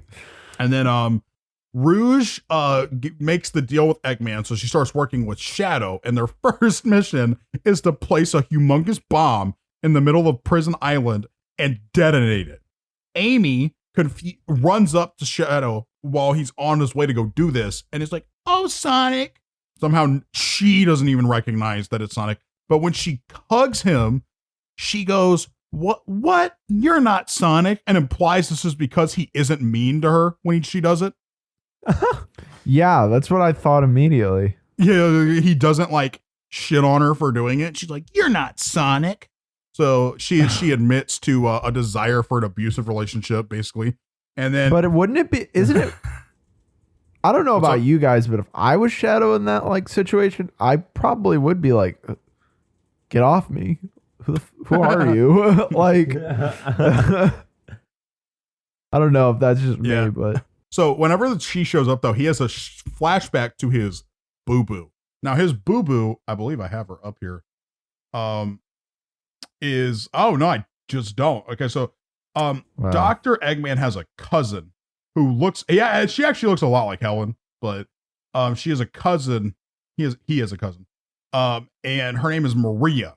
And bro, I remember Maria from that Shadow the Hedgehog game. Yeah, man. She's really important in the game. Absolutely. I mean, really important, but like I feel like they like talk about her for like maybe a minute. Yeah, so in this show she's more important, obviously, but she's like the whole motivation for Shadow, because he like that's his only friend he ever had when he was hidden away in like a facility because he was made by Eggman's grandfather, Gerald Robotnik. And in order to get Gerald, yeah. And in order, wait, okay. Hey, Jerry. Wait. What's up? Wait, so you have Gerald Robotnik. Is Eggman's name just Doctor? I don't know, because in this show he only goes by Dr. Eggman. Do you think if you don't call him Dr. Robotnik, he's like, I earned that PhD. You're gonna call me Dr. Robotnik. I guess that's fair. He earned it. Gerald Dr. Robotnik Jr. Well, he would be the third. Oh my god, you're Junior right. 2. Junior 2. And then when you have another one, it's Junior squared. Wait. What? Holy shit. It is, because there's the fourth one. Wait, okay, yeah, Junior, then Junior 2. Oh, holy shit. Have we figured something new out here? Yeah, we have. That's I like a think lot so. more convenient than the anyone third. listening. If you're having a fourth, Junior squared. Like I kind of want to like make sure I name my kids like Bryce after myself, and then like but just like put in my will like, yo, if you're getting any of this like my money, you gotta name. Even though like it's probably not gonna go to like these people. Well, actually, it may. My great grandson has got to be named Bryce squared. I swear to God. I swear to God. If y'all don't name my great grandson Bryce squared, I'm gonna take that money back.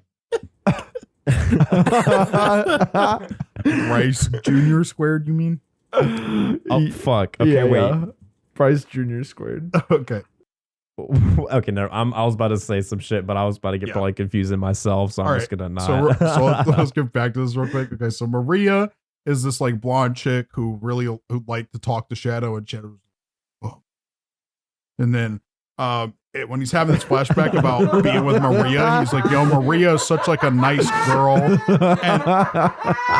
And so in this part here, he goes to the island, and Kris is there. He shows up too. On Prison Island somehow. What? Wait. So is he like visiting the prison, or is he like? Well, he's there because imprisoned? He knows he's trying to get Sonic out. Well, that's why the rest of them are there too. But they don't know about the bomb that Shadow put there yet. Wait, when you say they're trying to get him out, are they like pleading to get him out, or are they trying to like break him out? I think they're trying to break him out. I feel like it would be in Chris's best interest to use all the fucking money he has to buy the best lawyer they can. So rich, bro. Like, can you even like? This is gonna be kind of a political question, but can you like defend an anthropomorphic animal in court? Oh, I mean, yeah. If it can, I mean, you have to. If it can speak, like, and I guess it has morals. I get. Okay, here's the thing. Technically, Sonic is an undocumented citizen, right? That's true. So that's they couldn't deport him. That's the thing. Where would they send him? Yeah, exactly. That's the problem. They send him to like the woods. Well, he's got it. Okay, it's like all right, Sonic, we're about to deport your ass. Go to the fucking backyard. His parents own a forest, dude. That would be really convenient for them. Okay. Their property is huge. I like how when you pose this, you're like, all right, I got a political question. Can you try an anthropomorphic animal? I mean, very political. The closest thing we have is like, I don't know, a furry. Yeah, like in a fursuit. But I mean, okay, but that's like a lot different though. That's like just an actual person. That's just a person. Yeah, but like, how many people do you think have come to court in their fursuit? I mean, many. A couple probably. I'm sure many. I would say many. Like people that aren't furries, I'm sure it happens fairly often. Yeah, I mean, I think to me it would be more so like if the case was about it. Yeah. Wait. The fursuit is integral to the crime. You need to come wear it in. I was going to say that doesn't. Yeah, it sounds like that shit would be an an evidence cabinet. No, I'm talking more like body. Freedom of speech kind of shit or something like that. I don't know. Okay, that's fair. I only speak while I'm in my wolf suit. That kind of thing. Yeah. Yes. All right. Let's go ahead and get back to this. Yeah. Holy shit. There's a bomb we talked about island. that so long. Okay, so there's a bomb. So Shadow sets a bomb on the island. He meets Kris. Kris is like, "Oh, you're Sonic," and he's like, "Oh wait, you're not." God. And it's like very quickly he just changes his mind. And then Shadow is like thinking to himself. He's like, "I'll just let the bomb kill this fucker." And then he has a flashback to Maria again. He's like, "That's not what Maria would want." So Shadow grabs one Chaos Emerald. This is insanely important, and uses plot control with just one emerald. Insanely broken. Later in the show, this will become even more clear, but plot control with Shadow does it because he only needs 1 emerald is insanely good. I was about to say, I mean, I know, like, I don't know if everyone they needed all that would be 7 listening, like, knows, but like, and I know in the Sonic Adventure 2 game, he does that. He literally like grabs like 1 Chaos Emerald. And he looks like he has the shakes. I remember it because he's like, I'm the real Hedgehog. And he has the green emerald and he's like, chaos control. And he's like shaking his hand really violently, like while he's like doing it. I mean, it's just too. It's so powerful. That's how fucking cool he is. Plot control like really takes a strain in your body. Yeah. So, by the way, everyone thinks Kris just died on the island, but he actually got teleported up to a satellite in space. By the way, how far you could teleport is ridiculously crazy. I'll talk about that more later. Thank you, Shadow, for sending me to space. Yeah, so they're in a satellite together. Kris is alive. Somehow. Who's in the satellite with Kris? Rouge, Sonic, Rouge, Shadow, and Kris. And Eggman's up there too because it's a giant satellite with a cannon. And he's like, Mr. President, I'll shoot the planet if you don't fucking help me. If you don't do what I want. And he's like, whoa, I know you don't have an answer for this, but like, how did he build that and get it up there? Like when everyone knows that Eggman is like a known enemy to humanity, and they're just like, he just built this and he just like sent it up into space without us knowing, and it's just like there. I mean, there's a pretty consistent theme here of Eggman committing crime, and the actions they take against him are insanely mediocre responses. I think didn't he in Sonic Adventure 2 he literally takes like the moon apart and turns into a space cannon, right? Yeah, that's not quite what happens here, but the moon thing is here. But it's in the next part. That's why the next part is entitled Weird Moon Thing. All right. I know we talked about how rich Kris and his family are, but like I think where the fuck does Eggman where's he getting his money from? That's a great question. Because he would need a lot more than Kris's family does. Bro, maybe Dr. Gerald Sr. made like sliced bread or something. It's possible. Slice? Slice. Okay, he created life, right? He created life in a tube, but his most important feat to humanity was sliced bread. I mean, I bet like he made a lot more money off of sliced bread than making Shadow. That's all I'm saying. Also, for sure, dude. Here's one thing I wanted to bring up. So Sam Speed here, when he finds out that Sonic needs to go up into a satellite to stop it, so that Eggman can't destroy the planet. He literally says, Sonic, this is going to be tough. I wish you good luck. This would be hard for even me to stop. And I'm like, what? Does Sam believe he's done something even remotely equivalent to what Sonic has done up till now? Yeah, he has. He's a cop. That's fair. Cops are in fact really good at their jobs, as we found out. They also discover that Eggman's hiding under a pyramid because he's not on the cannon right now, I think. We find out that so the reason Gerald Robotnik built this cannon thing, because he actually built this, and Eggman just put it up there, was so that if somebody tried to power the cannon, because he knew his grandson would be an idiot who'd do it, what would happen is that it would fall onto the planet and obliterate it, and there'd be nothing they could do about it. Because they apparently a bunch of humans just like murdered his granddaughter, which is Maria. They just like murdered her for seemingly no reason. It's very unclear what actually happened, but she was just murdered in cold blood for like seemingly no reason. And he like just hates people because of it. Now there's a whole part here where Sonic has this plan to bring a fake emerald and put it in the cannon, so the cannon will like not trigger, but they think it will because it's not 7 real emeralds. And he also can get Amy back because he's going to give him the emerald and trade it for Amy because Amy got kidnapped for the 2nd time already. Now, classic Amy. Now, after that happens, that's when the announcement comes out that the machine is going to slam into the planet and destroy it. And there's this thing where like Rouge, while this is all happening, went and snuck out of the station and went down to Earth to this angel island. It stole the Master Emerald. How did she sneak out? Look, I don't even know, dude. She can fly. She can glide. I was about to say, I was thinking like I know she can fly, but like, can she fly in fucking space? So I want you to take a look at this right now.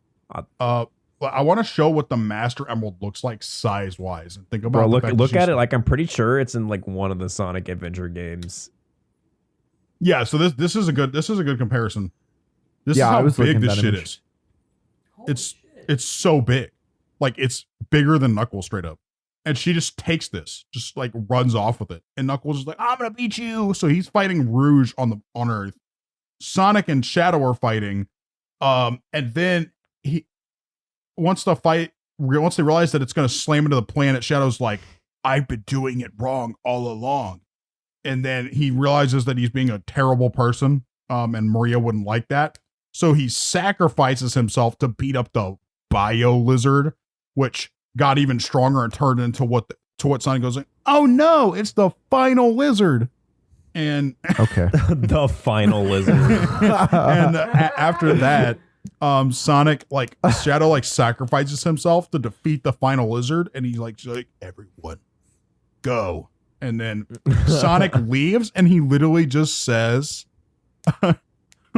well, I'll take my leave. I like to keep my feet on the ground. And he like makes like a joke when he's about to like leave from a spaceship that's about to explode.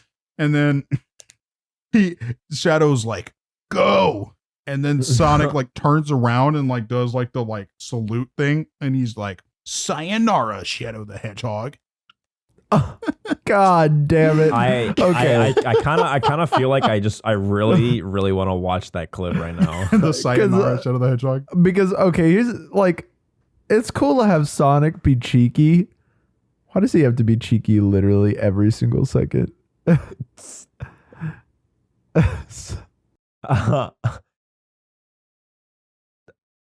Oh. Japanese versus English. Okay, maybe you could skip a little bit through it and you could find it. Adios, Shadow the Hedgehog. Oh my god. So good. I hope the English version does just like that, but it won't.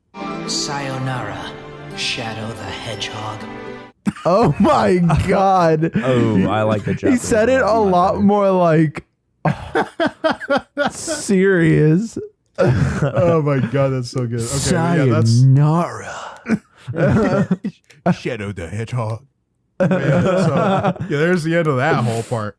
Now let's talk about the moon thing. Okay, so okay, wait. Before we, what's up? It seems like a lot of the plot, a lot of things have been just taken from like the games.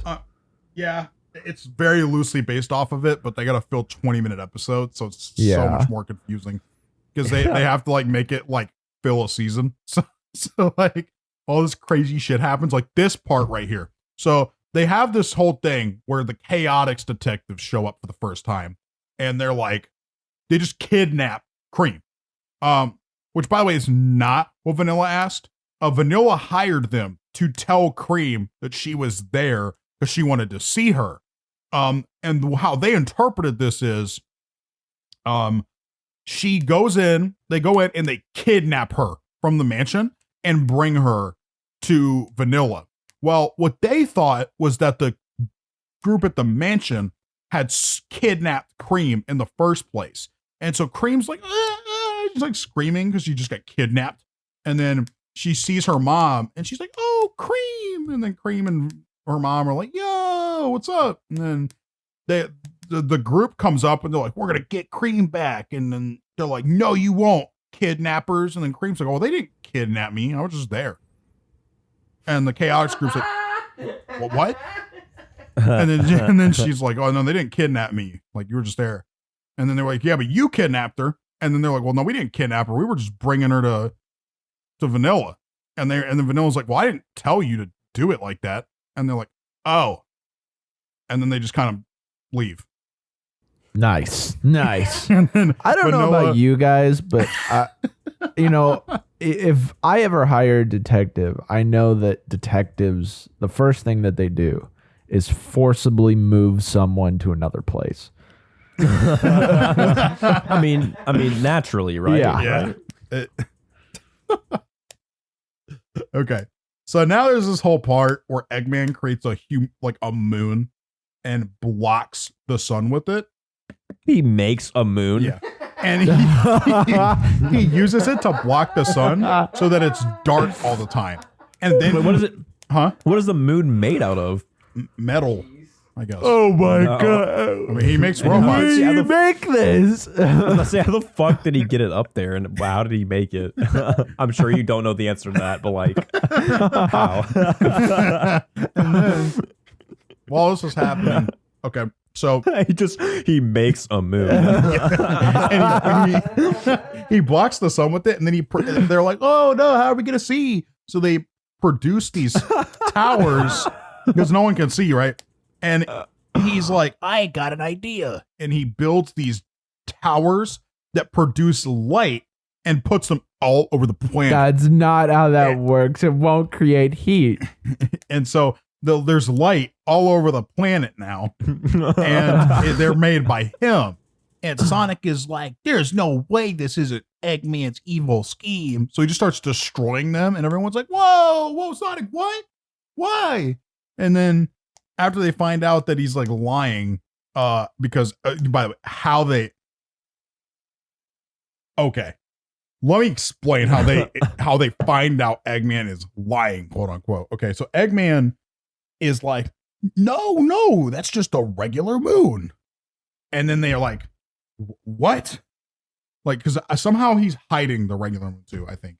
And then Sonic's like, no, you're just making that moon. The moon isn't stuck there. You're just making that moon rotate at the same speed the Earth rotates around the sun, so it'll be there forever. And Eggman's like, how did you know that? And then they're like, oh, so he is like making an evil plan. Bro, I swear to God, Eggman, by the time this like has happened in the story, I feel like Eggman could have cured cancer like 18 times over.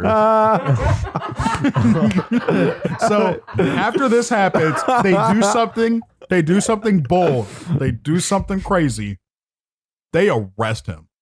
Oh my god, they did Holy it. shit. They arrest Eggman. Then they put him in jail.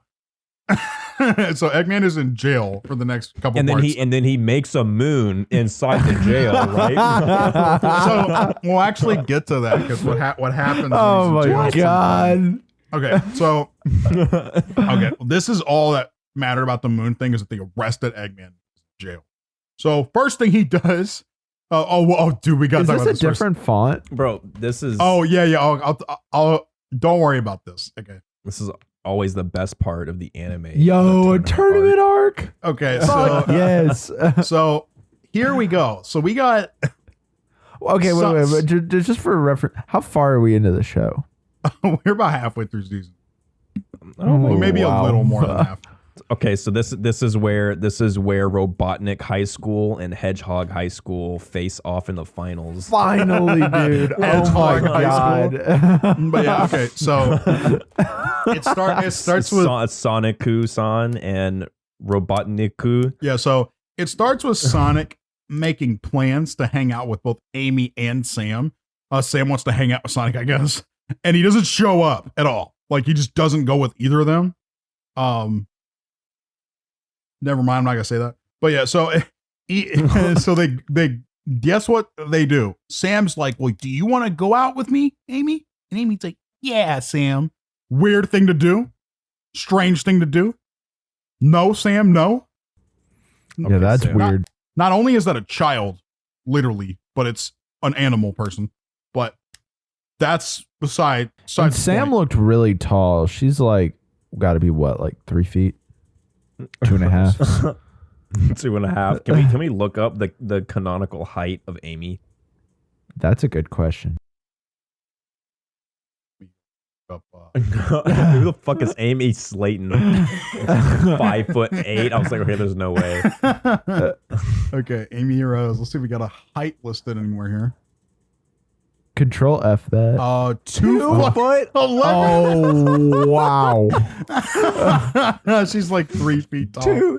2'11". She is. That's 2'11". smaller than I thought. And that man that looked 6 feet at least is going out with her. All right. Okay, I feel like to settle this, we need to find out how tall. Yes, Sam how is. tall is Sam Speed? If he's like 4 feet Sam tall, Speed, Sonic X.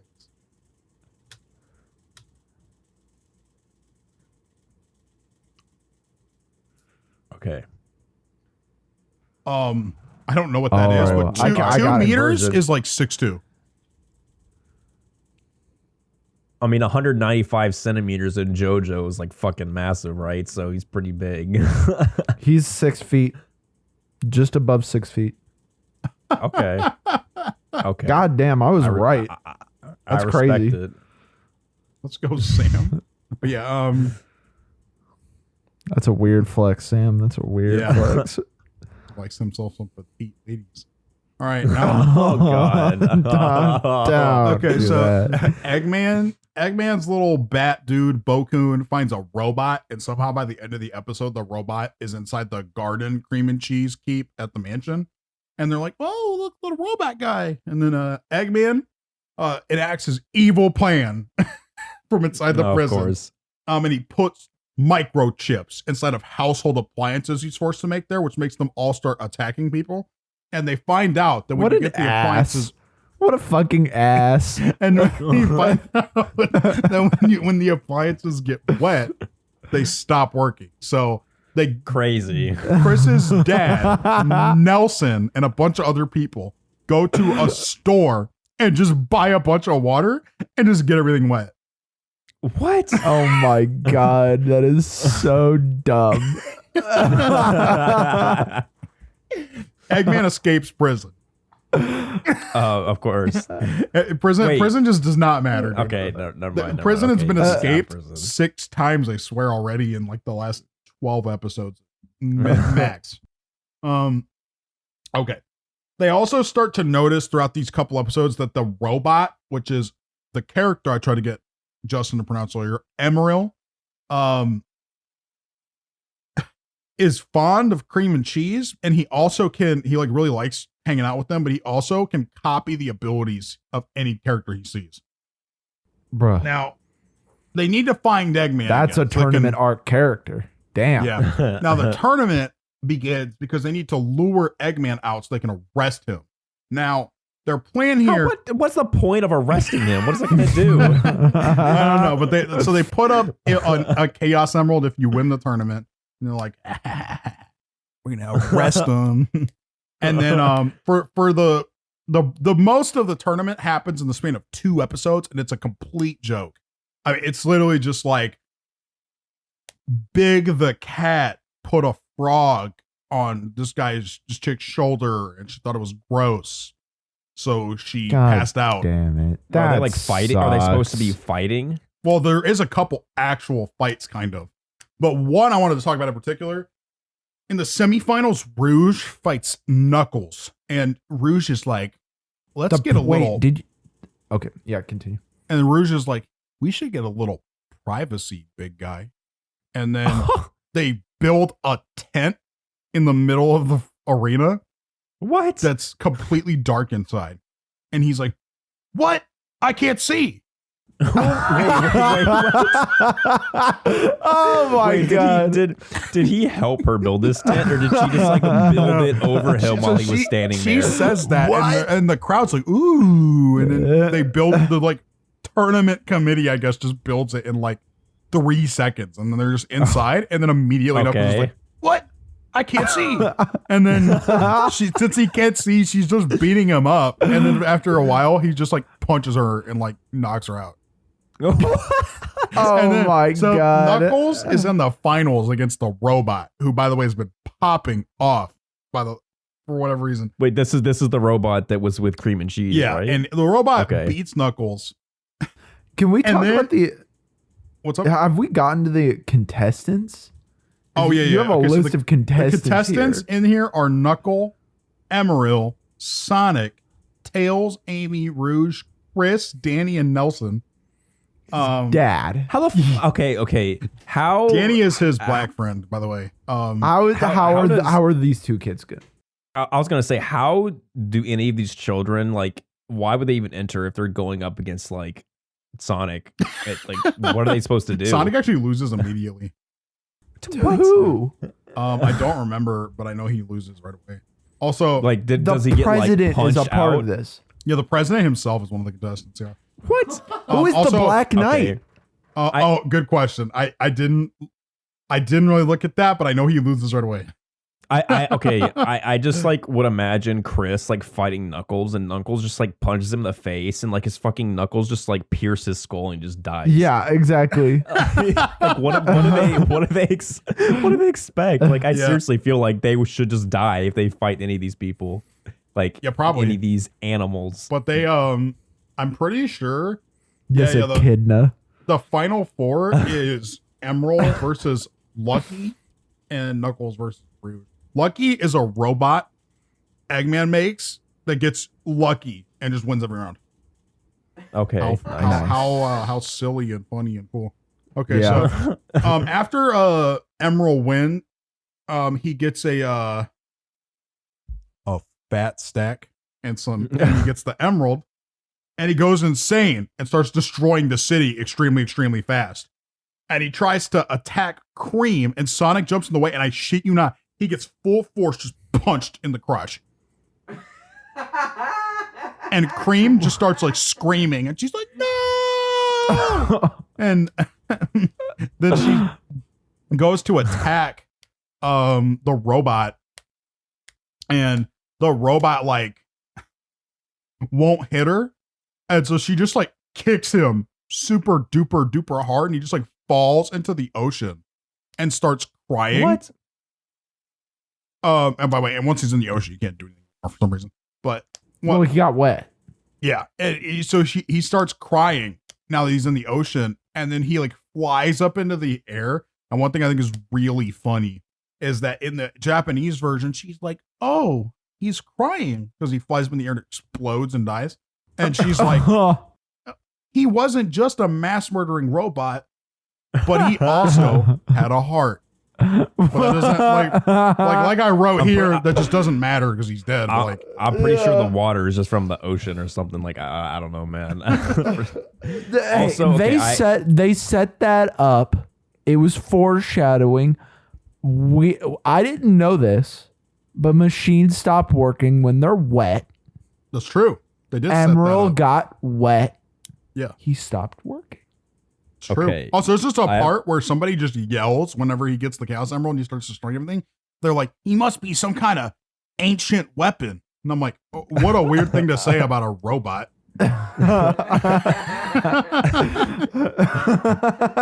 Okay, I have a question. So whenever Sonic gets full force socked in the crotch, as you wrote, is it just like he gets punched there and like he just got punched, like, or is it like he gets punched in the crotch and he reacts as in like a human would react, or like a male he reacts would react? He reacts like he got hit in the like how. Okay, so like, do you think that like Sonic and his furry friends like just have like genitals just like within them, or they're just like within? Knuckles like, and Sonic keep it tucked in, bro. I was about to say, like, there's literally like nothing there, so they just like implying if he that has like a frocket and a socket, maybe he has a cocket. Oh my god, dude, that's facts. He has like pocket. Okay, so who wants to be the one to go on the Sonic Wikipedia page and add some extra information later? We're gonna make a section that says Sonic's cocket. It is evidenced in this episode of Sonic X that Sonic, in fact, has a cocket. A crotch pocket.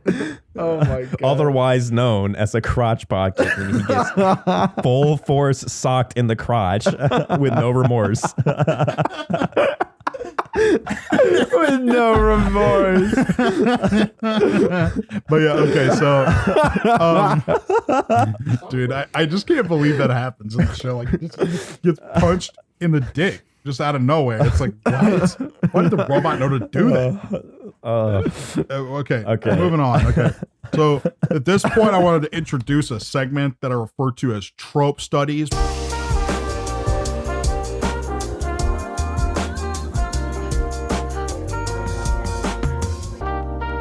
Where we just talk about some common trope. Oh, fuck yeah. Just whatever. For this one, we're going to be covering, as I'm sure you've figured out by now, the anime tournament. Okay. God, this should be good. He asked me if I could guess. I don't remember what my guess was, but I would never have said the anime tournament. Now, wait, a guess for what? Can you elaborate a little bit? I guess for what the trope would be. The trope would be. And because he made it sound like it was tied to Sonic. I forget what I said, but yeah. And I just like answer with like really weirdly. Yes. I was like, ooh. The general idea here, as for those who don't know, anime have tournaments quite a lot. There's a lot of reasons I think that happens, and I'll get into that more later. But I wanted to start by talking about why I think it happens, and why I think popularized it in the first place. So it's extremely common, specifically in the shonen genre.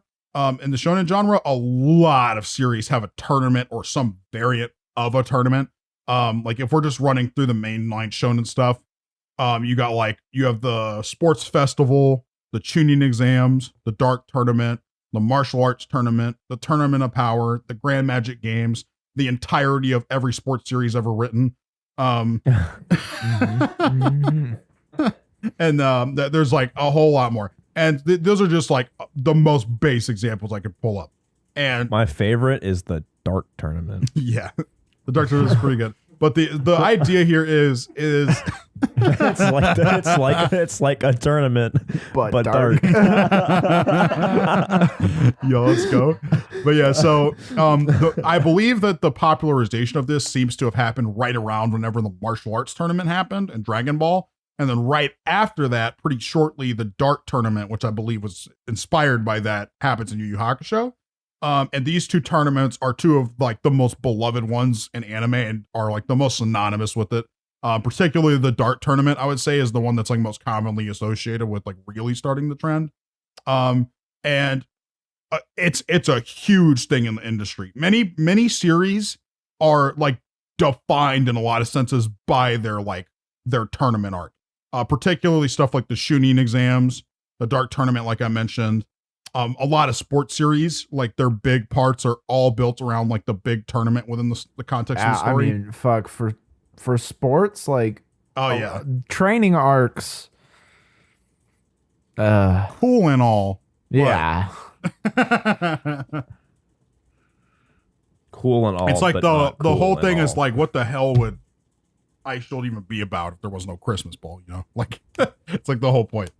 And so some series have also taken like kind of a spin on the formula slightly, but for the most part, a lot of times it's just a big bracketed tournament. Sometimes though they do one trend that's pretty common that I'll bring up here in a minute is the idea of like an elimination phase where there's a whole bunch of people and they get whittled down to like a nice round number like 32.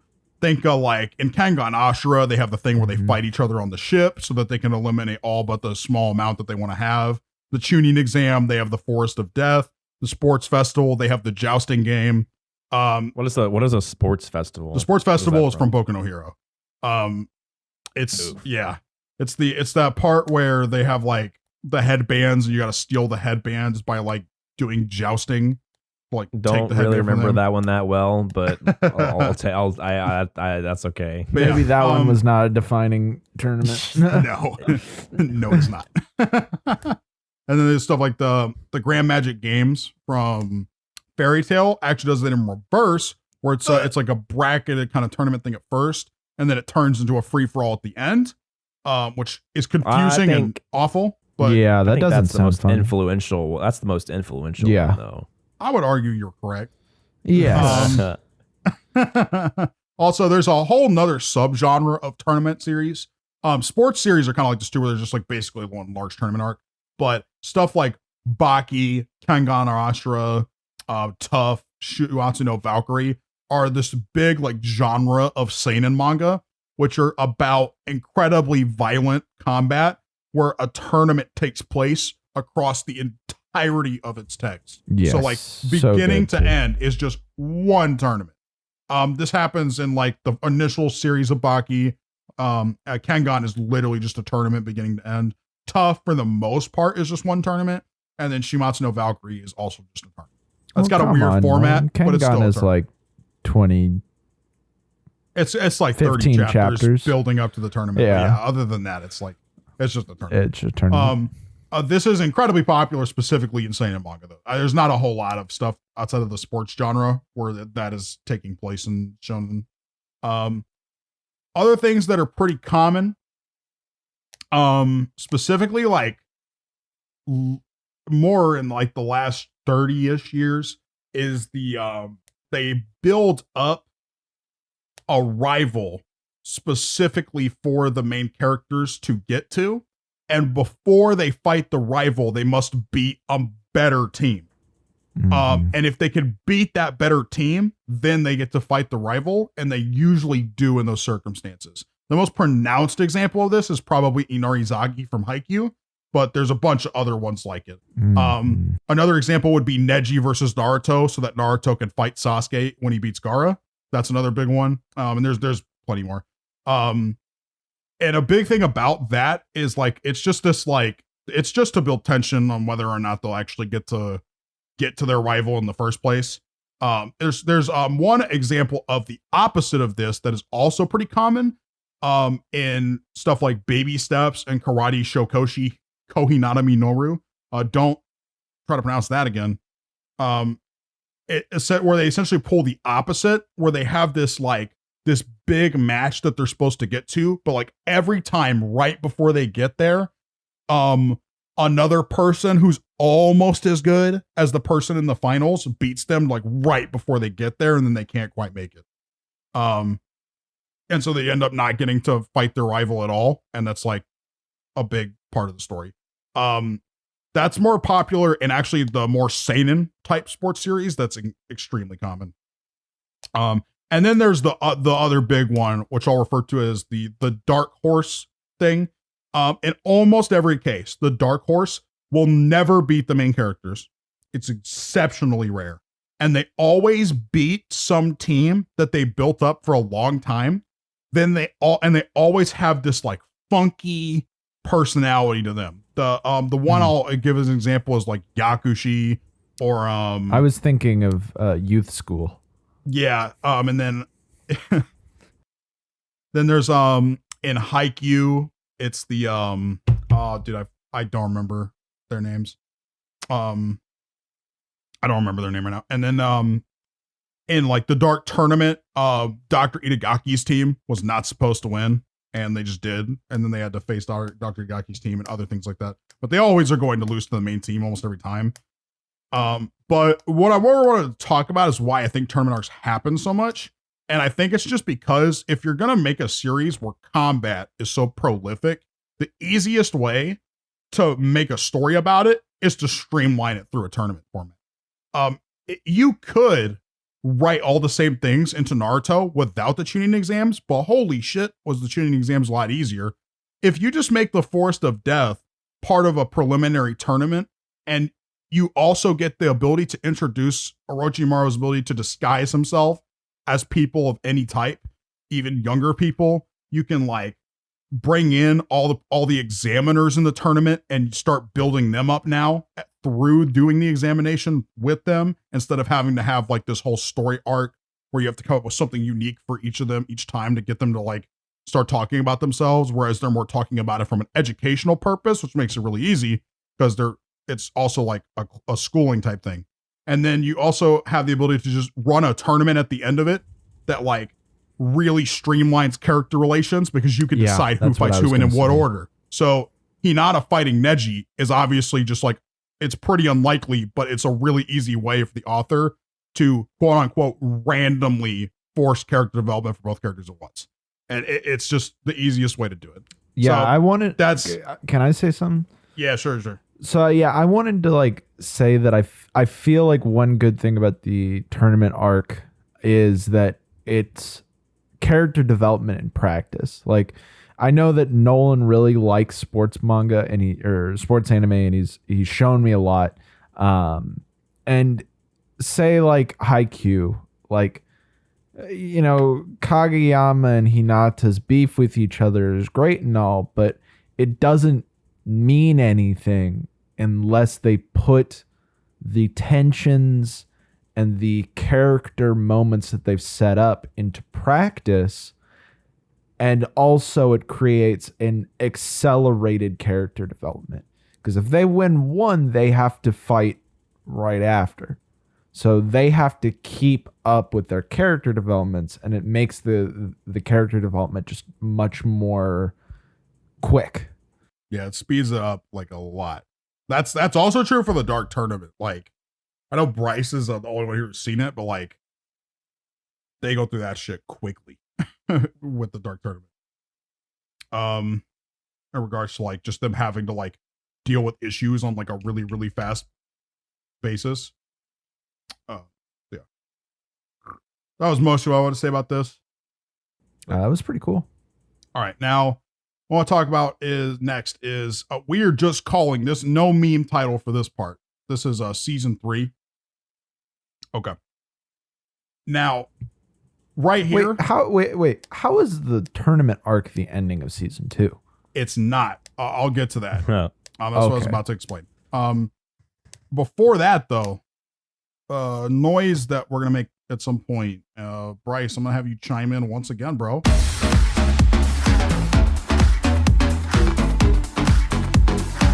Woo, let's go. Let's go. Let's go. What's your favorite vegetable, Doug? My favorite vegetable. Damn. This is pretty hard. I mean, it depends. Like, if we're talking about like just like raw or like prepared, like, well, I don't know, man. Well, go with really raw. Raw.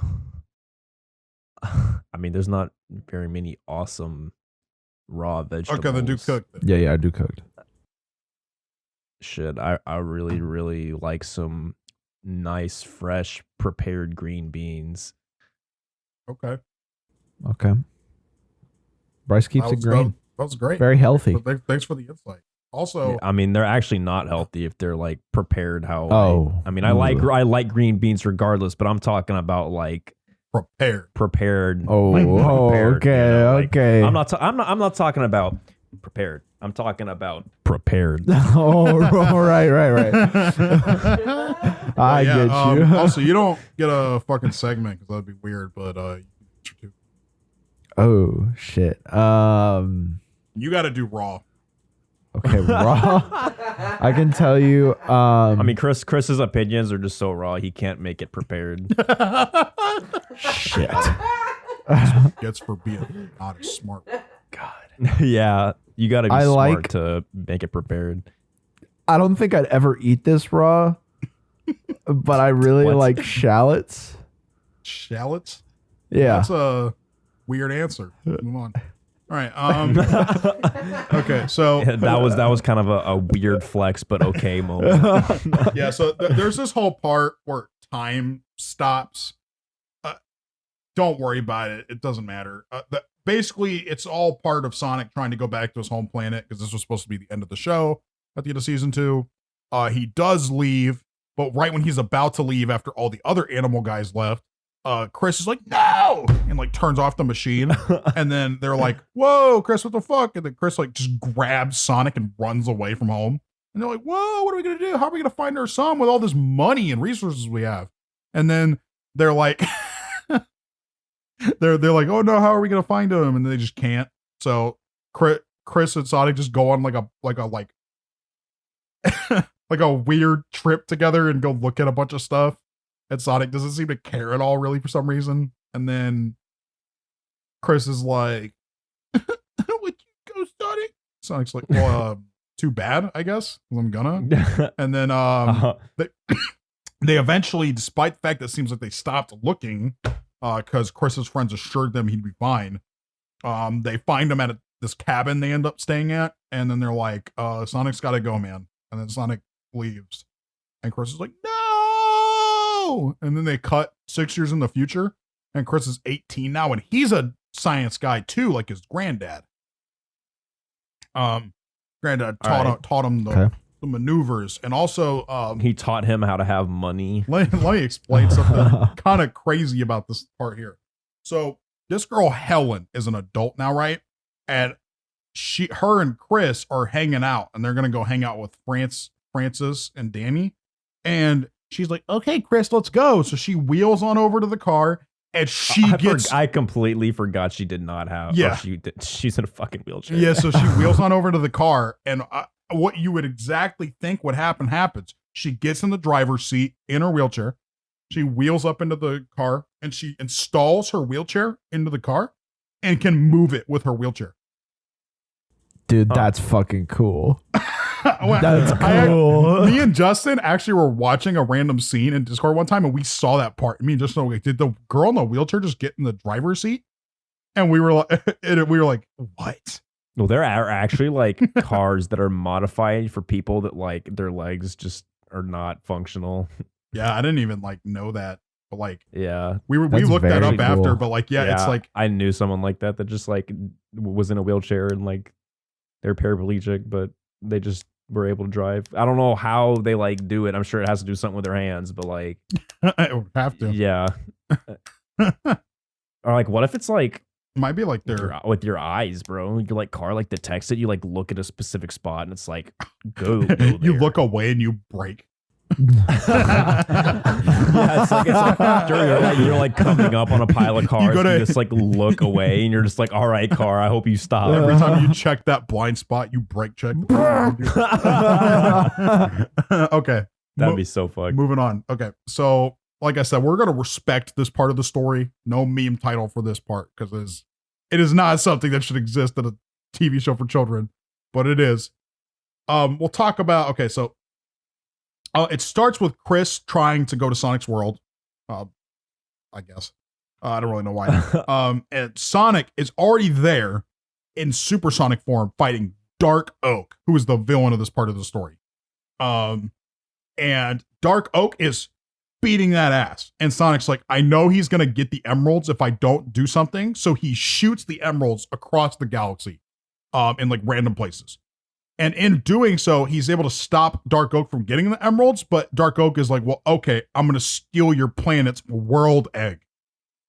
What? Okay. A world egg is a egg inside every planet that allows wildlife and, well, not wildlife, plants and like produce to grow. Otherwise, they don't grow at all. Dark Oak's whole plan is to go around the universe and take every planet's ability to grow vegetation. So did he? What? Why would someone named Dark Oak want to stop vegetation? Okay. Cosmo, a plant girl, falls onto their planet and is looking for Sonic right away. How does she fall onto their planet? Don't worry about it.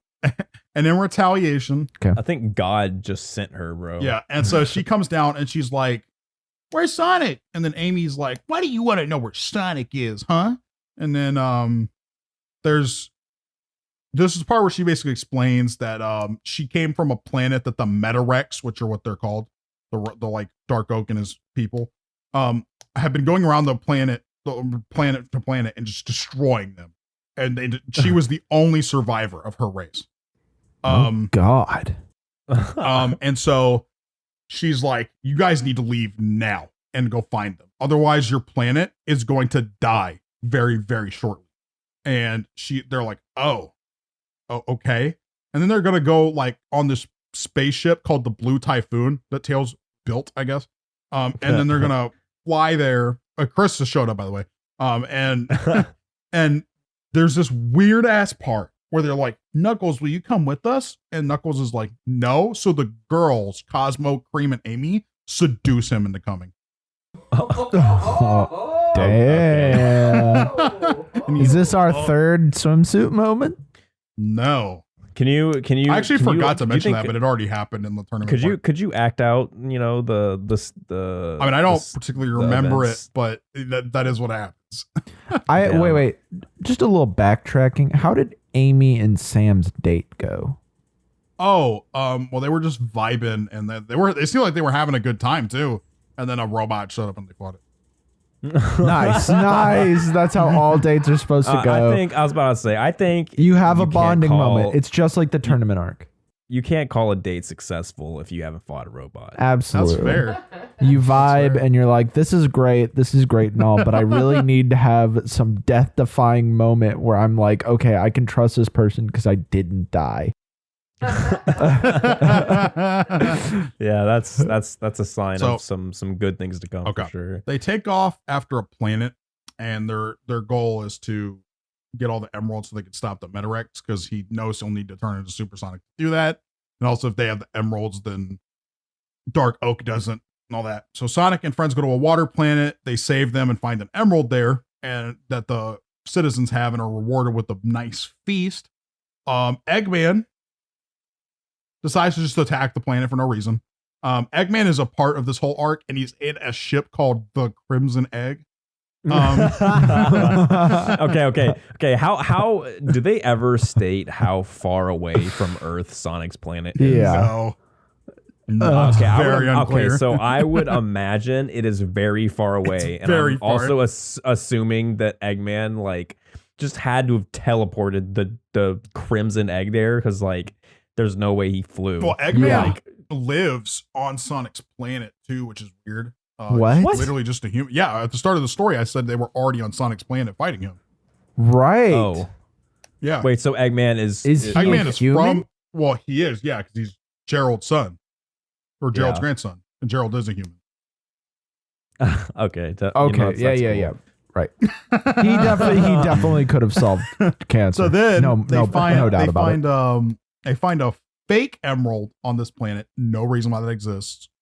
Don't worry about it. Like, what, and the emerald doesn't work, and Rouge finds it. Rouge is here, by the way. Finds it and is like, "What? It's not real." So Fake they gems. go to a jungle planet. They get another one. We're really just rushing through this to get to the point where stuff that matters happens. Okay, so there's a part here. Okay, this is the part I brought up earlier with Chris's dad and Vanilla. Okay, so Chris's dad says, "We need to send products to our son." And Vanilla is, as I believe, products. So products. So Vanilla. Okay, no, keep going. I am under the impression that she is still on Earth with them somehow for some reason, and he asks her, "Can you go to your world and give Kris these things I want him to have?" And she's like, "Okay." So she does the only logical thing. Let me go ask the Chaotix to bring it to them because they're in space. So she does.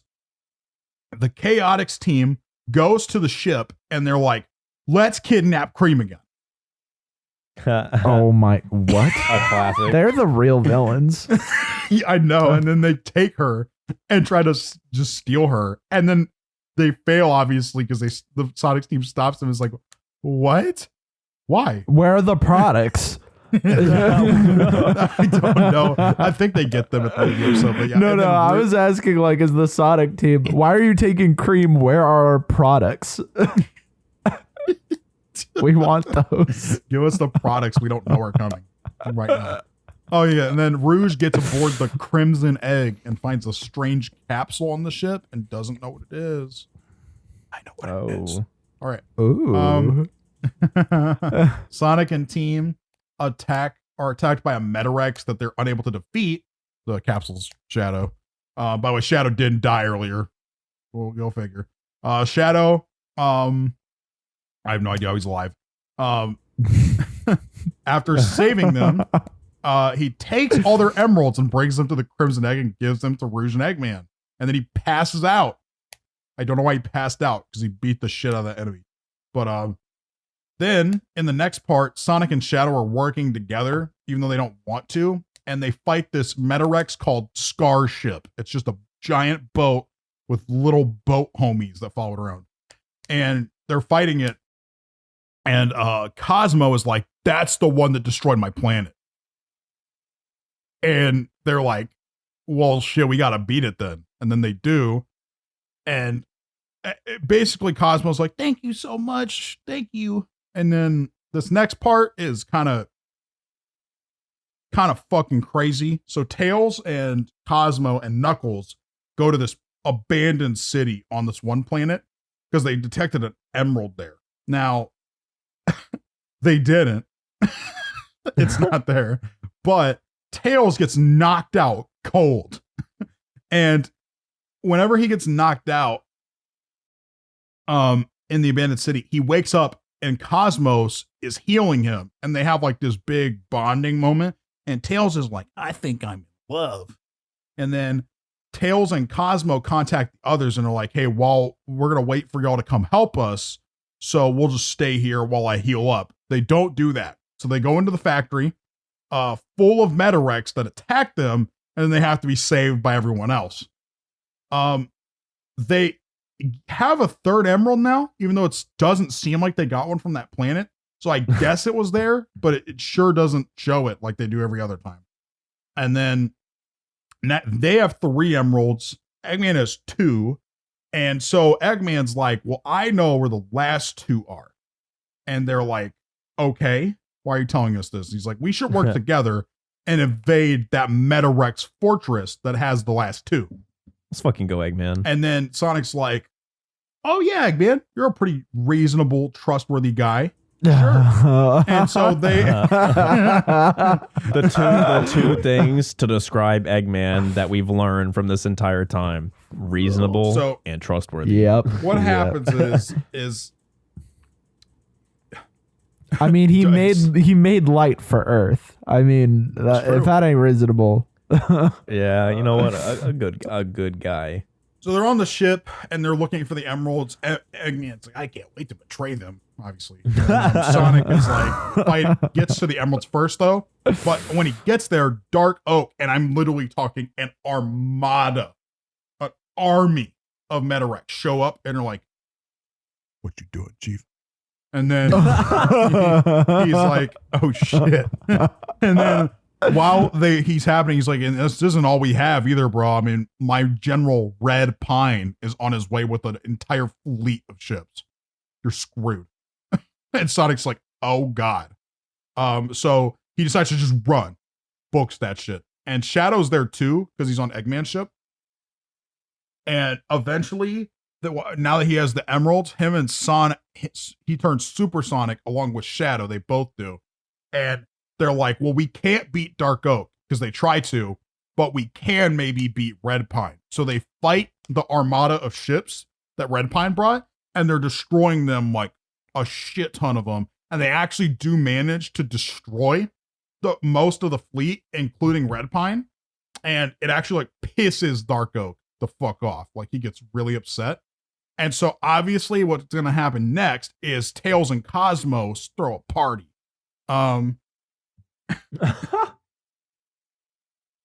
Obviously. Yeah. And the Chaotix, for some reason, show up for this party. Now, what do you think happens here? Tails gets a kiss.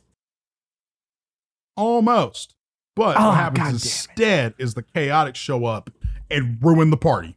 They literally just ruin everything. God damn it. And there's this whole part where Vector is like, I have a secret plan to fuck over Knuckles for just no reason. And he just like messes with Knuckles. And Knuckles is like, why are you here? Like, it's really what it sounds like. It's like, it's so good. And then after the party's over, Tails like confesses his feelings for Cosmo, who doesn't really respond very clearly. And that is what it kind of seems like.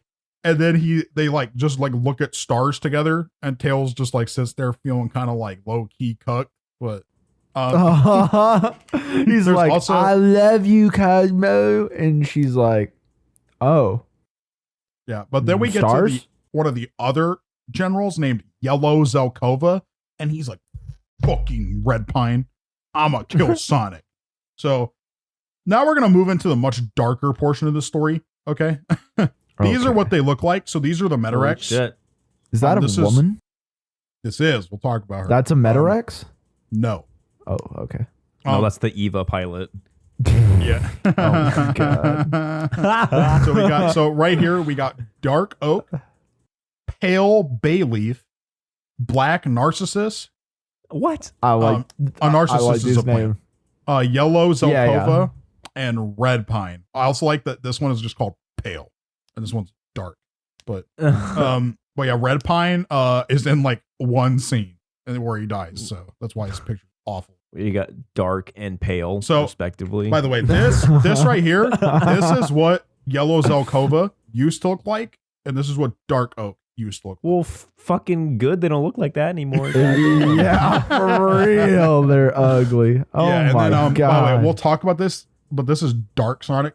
I was gonna say is that Dark Sonic? And then this girl right here is Molly, and then this is Earthia.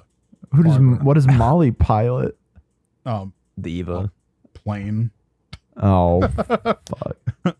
Okay, so Deadass. Okay, watch this. The Squeakle. So watch this. Squeakle. So dude, it didn't do it this time. Dude, yesterday I typed this on accident and it auto-corrected to Squeakle. Like it like brought this up as like a correction. And I was like, why the fuck did it correct that? That's I mean it knows it's an actual word. Yeah, I mean it's a Squeakle. Yeah, like of course. So this is the second slide about this. Okay. So the commander, the generals get together with Dark Oak and they're like arguing with each other and they're like, dude, this is fucking stupid. Why don't we just kill this stupid hedgehog? I don't understand. And so they fight over who's going to go fight him. And Yellow Zelkova gets the chance to. And he fights Knuckle and Sonic and gets bodied, but they can't kill him. So they use the Sonic cannon. The Sonic cannon. Here's what I like to say. I like to say, if plot control and the Tornado X can't do it, the Sonic cannon can. So just keep that in mind. Villains have it. So there's a part now where Black Narcissus tries to create two new Metarex specifically designed to kill Sonic. He has one that's gold that's way stronger than Sonic, and one that's silver that's much faster than Sonic. And he can't beat them because combined they're just too much. So Black Narcissus produces fake emeralds, gives them to suit Sonic, which is funny enough because this is a plan they used on Eggman earlier. And Sonic tries to use them to turn supersonic, but because they're not real emeralds, they're ones Black Narcissus made, he turns into Dark Sonic. And he tries to they have power anyway. Yeah, and he tries to attack his friends, but he's talked out of it by Dr. Eggman. Yo! What? Dr. Eggman's like, Sonic, how could you? Basically, it's like, what? Why would Dr. Eggman give a shit? I bet Dr. Eggman was thinking, okay, the only reason I am not killed, I'm not like skidded on by that blue hedgehog is because he's not evil. Yeah, no, my dude. That's my fair. dude was like, Sonic, how did you forget about friendship? On some real, on some real Batman Joker shit. Eggman's only alive for one reason. But yeah, okay. So he gets upset at Eggman. Narcissus does, and he wants to kill Eggman because he fucked him over. But Eggman says, "I'd like to join forces." And I'm like, wouldn't you think? Fucking what is the? Wouldn't your plan to get them to let you join with them be to like let Sonic kill everyone? Like, wouldn't that be a better idea? Yes. But yeah, that sounds about that's right. not what happened at all. And they said, yes, they let him join with him. So, this next part is fucking insane. Okay. So Eggman is working with Pale Bailey to attack this country. He comes up with a plan. It's a planet, and there are very few survivors left. Shadow and Rouge come to the planet with Eggman, and Eggman saves the people of the planet to gain their trust. And he's actually trying to fuck them over, so it'll be easier for the Metarex to attack them and kill them. And they're all like celebrating Eggman and stuff. But then their leader of the citizens, Leon, wants to turn Eggman into Pale Bayleaf, not knowing that he's working with Pale Bayleaf, to try to get the Metarex to like call a ceasefire. This is deep. Yeah. So Leon then asks Molly, one of the citizens of the village who wants to continue the war with the Metarex, to he tries to lead her into a trap that will kill her because she's one of like the main leaders of the resistance still trying to fight back.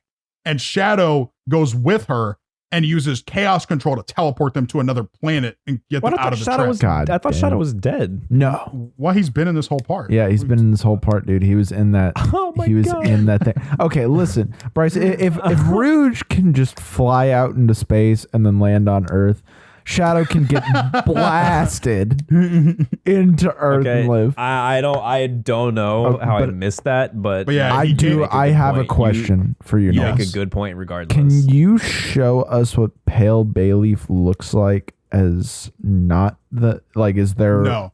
No. These two don't ever show their older form. Okay, because how is Dr. Eggman gonna look like that? Like, I just make the robot. Don't worry about it. Okay, so after Shadow teleports her out of the thing, he starts talking to her, and she's like, Leon tried to kill me.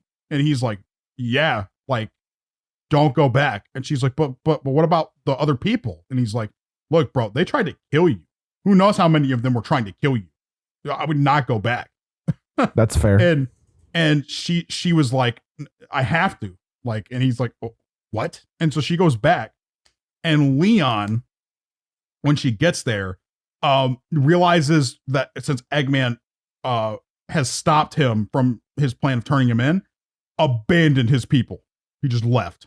And they're all like screaming and scared and don't know what to do. So what she does, since they all want to give up, and let Shadow and Eggman figure it out, because they're just so much stronger. Why wouldn't we just let them do it?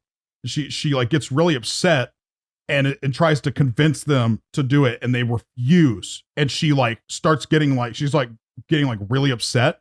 So she tries to fly off to prove that they can do it. And Shadow's like, what the fuck? Why? And then she flies out there, and right before Shadow can get up there to stop her, her ship gets hit by something. And right as he's about to get to her ship fucking explodes and she just dies. Ooh. And Shadow is like, bruh. He's like, and just wipes out the fleet. But Eggman helps Pale Bayleaf get out of the attack. So he doesn't actually die, but like all the other Metarex do. And then there's this part where Rouge and Shadow are on like a cliff, and they're next to like her gravestone. And he's like, I'm going to fucking kill them. Oh my God. Yeah. Okay. I have a very quick question. By the way, Molly is her. Who are these people? Who? The people like on this planet? Molly and Leon. They're just people on this planet? Well, it's technically another race of people. They just look. Okay. So maybe that's what Dr. Eggman is. Because that has to be closer to Sonic's world, right? Like much closer. I mean, maybe, but like they state that he's descendant of a human. Oh, right. Yeah. Yeah. Don't worry about Eggman. That shit's confusing. Okay. There's a whole part now where the Metarex attack the Sonic crew, and they're like, okay, here's our plan, right? We're going to attack by sending just thousands of ships that are essentially suicide bombers.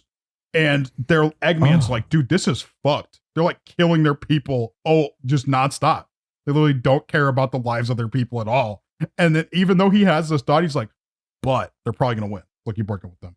And then eventually they create like a black hole. And this is what they do to escape.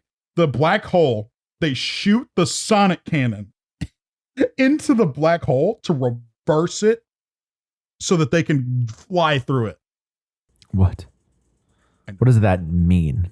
I don't know. I don't know what that means. And then that's what it says they did though, and I'm just like, bruh, what?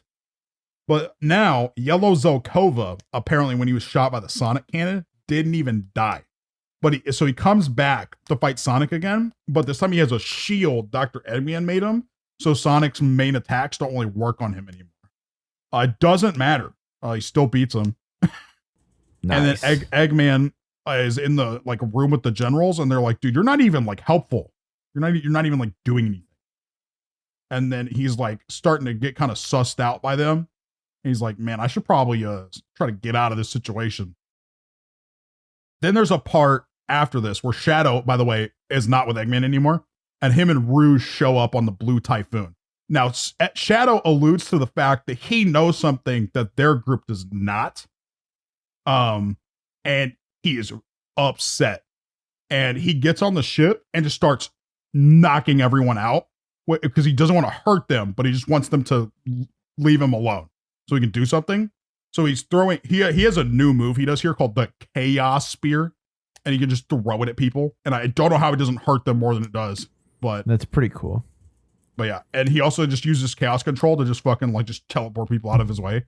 And when he gets up to them, he tells them that something he found out on the planet while talking to the people is there was at one point Cosmo had showed up and was feeding Dark Oak the information they needed to know to take over the planet. Ooh. And so Cosmo, that's why Cosmo looks like a plant also. And obviously, I'm sure you've noticed oak and pine and all that stuff are plants. So now I want to get it. So Cosmo at this point is revealed to be a spy who was telling Dark Oak what their location was this whole time and where all the emeralds were. And let me get to Dark Oak's backstory real quick, because this is like pretty important. He was one of these guys at one point, and he was married to her, which is Cosmo's mother.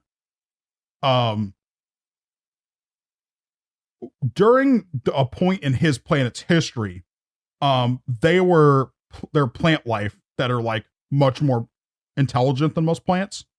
And they started to believe that it was unfair that plants were treated so poorly, because they're like getting smarter and smarter because they as plants were allowed to evolve to the point where they got there.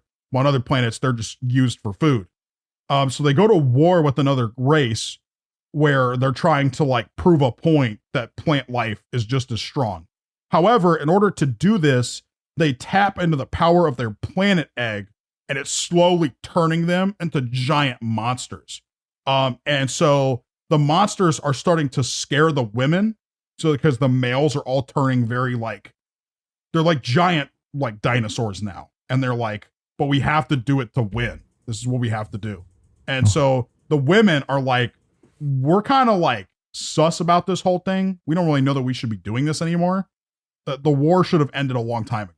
Like, we should just give up. And the males refuse to. So the women, all the women just leave. And like, including like all women and children just leave. And then the men stay behind and continue to fight the war. And one day, finally, it seems like they're going to win. And he comes up to Earthia, or he contacts Earthia. And she's like, dude, you're like a monster now. Like, I don't care. And he's like, what the fuck do you mean? And she like essentially just like tells him like she doesn't want to see him anymore. She just doesn't want anything to do with him. And he's like sitting there on the planet with these four. Oh, these are his only remaining soldiers, are these four and himself. And they finish the war, and he just gets like, nothing changes. Like, even though they won, that he gets no benefit from it at all. He doesn't get to see his daughter, Cosmo, and he just gets like so bitter that he's like, I know what we should do. We should turn into robots and wipe out all life in the universe. And the easiest way to do that is to take their planet eggs. So why would people, I guess the point here is that they like are losing their faith or like losing what they were truly after. But like, why would the plant people turn into robots? Well, they did this because their bodies were so monstrous, like that this was an easier alternative than continuing to fuck up their bodies. They are pretty ugly. I mean, look at those two. But these are not. This is not what they look like when they're the monsters. They look like ginormous reptiles now. And then they're like, they make these bodies, and so they go from planet to planet, taking the planet egg so that they can keep the planet egg and make life in other places that is just plant life. So like just plant life will flourish, and all animal kind will just go extinct. This is crazy. I was about to say, this shit is fucked. And so Earthia basically puts in place a plan through her daughter Cosmo about how they're going to stop this. And this is when Cosmo finds out that she's been looking at this through him. They've been looking at everything through her, but she swears she doesn't know. Like, she didn't know this was happening. And she didn't know that she was the reason all these people were dying wherever she was going. So at this point, Tails is kind of in shock. And like, everyone's like, I don't know if we should listen to her. And what they decide to do is they start like questioning her, and she gets like a headache, and then a giant white light flashes, and then they just teleport in random places. Most of them end up on a deserted planet. Essentially is like freaking out on her own. At this point, by the way, whenever that flash happened, it's hinted that Dark Oak caused that. And whenever he did it, he also made her teleport the 7 Chaos Emeralds to him, because they finally got all of them. So with the power from the emeralds and his original planet egg, the one from their planet, they put it into this water planet, which they actually did, because if it was a water planet, Sonic couldn't come on the planet to attack them because he can't swim, which is an actually smart thing to do. Wow. And then he says he like puts his roots, because he's a plant. He finally like comes out of the machine a little bit, and they put their roots into the planet and use the planet egg to transform into monsters again, like they did back in the day. And they turn into a planet-sized 3-headed dragon. And all of them are like, what the fuck are we going to do about that? So they shoot the Sonic cannon, and it takes out the 2 of the heads. So Narcissus and Bayleaf are killed. Yeah, well, there was a lot of other stuff that happened. I'm just getting this. So after that happens, they're like, we did it, because Dark Oak disappeared too. But also this time, that when they shot it, they used the Master Emerald as the fuel, so that it would like be much more powerful. But now they like don't really have the Master Emerald anymore. They just destroyed it. Yeah, they used it as like the energy. Knuckles, come on. Why? Tikal, man. Think of Tikal. Yeah, why could you do that to her, man? So that's like, now that the planet is like more inhabitable because of what they did, they go to the center of the planet. Sonic does. And when he gets there, he's fighting these like monsters in the center. And Dark Oak is actually just fine, because this is what he wanted to happen. And he harnessed the energy from the Master Emerald and the Chaos Emeralds together to turn that planet egg plus the planet and his own body into a brand new plant seed. It's just this giant, humongous planet-sized seed.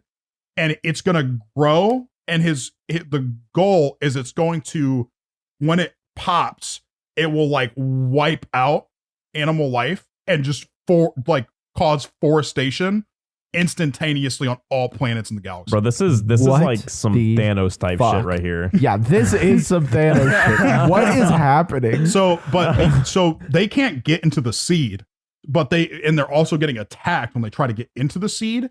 So what they decide is the only people that can enter the seed are people from that race. And the only one they have is Cosmo. But Cosmos knows that if she goes in there to destroy the seed, she's going to just die. because the seed's gonna it's just gonna collapse on itself. fucked. So when she goes into the seed, they're like none of them are able to like fire her into the seed because Shadow and Sonic have to like guide her there and then put her into the seed so that she can go in and destroy the seed. So Tails himself has to be the one who fires the cannon to send her into the seed. Bro. And then he does. And so they fire her at the seed with Sonic and Shadow. And they don't realize that it's going to cause like a cataclysmic, like supernova, like destructive level blast. So I mean, when if you get all the Chaos Emeralds together, it does create an electromagnetic explosion. Yeah, exactly. So Shadow, as soon as he realizes what's about to happen, he uses his final like he basically uses his life force as like a resource to use chaos control to not just teleport something, but he stops time and he's like, everyone just run. And so the explosion happens and Shadow just dies instantly. And it just explodes and Cosmo, Dark Oak, and Shadow just get obliterated. In the Japanese version, there's a small hint that Shadow might have lived, but in the English version, he just is dead. Bro, he coming back for season 4. So like literally almost all life near the seed itself still dies, but it's like the best they could do, you know? And after that, the gang like is back on their planet and they're like, bruh. And the planet seeds, they start to see the planet eggs start flying back to the planets they were supposed to be on. And it's gonna like, and they mention like, well, finally it's gonna slowly like repopulate the universe.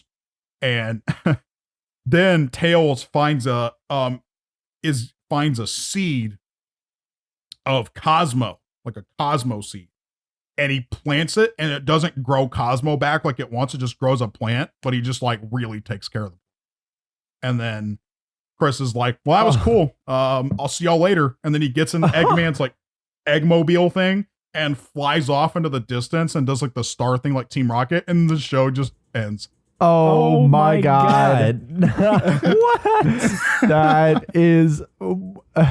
Dude, I also forgot to mention. I know Kris definitely did just said, okay, guys, I'm out. But like... He said, fuck this shit. I'm gonna be seeing y'all later. Y'all deal with that shit. He's like, yeah, y'all can kind of deal with like the fallout, depression. Yeah, literally like just all the consequences and just absolute like fucking like PTSD. Like I'm going back, guys. I'm gonna see y'all later. Jesus Christ. Dude, what's also crazy, I forgot to mention, during the part where they made the 3-headed dragon thing on the planet, the dragon's roots came from the bottom of the planet and looked like a giant tree protruding from the other side, and they were using that to like block shit. That's cool. And the trees, cool like branches, idea. would like fly out like vines and like attack people. Man, okay, so you prefaced the Metarex saga as being like, you know, something shouldn't be in a kid's show. And for the first 2 slides, you know, I was like, what is he talking about? I mean, and then you started talking about the backstory. Man, Dark Oak's backstory is insanity. My review, I'm gonna have a little talk about. All right. So that's pretty much the plot of the show. Wow. So at this point, Kris, it's time for your. Okay. Can I get a small segment? Yeah, of course. Yeah, you can say whatever you like. Just beautiful. It's beautiful. That's it. It's just beautiful. Okay. All right, Kris.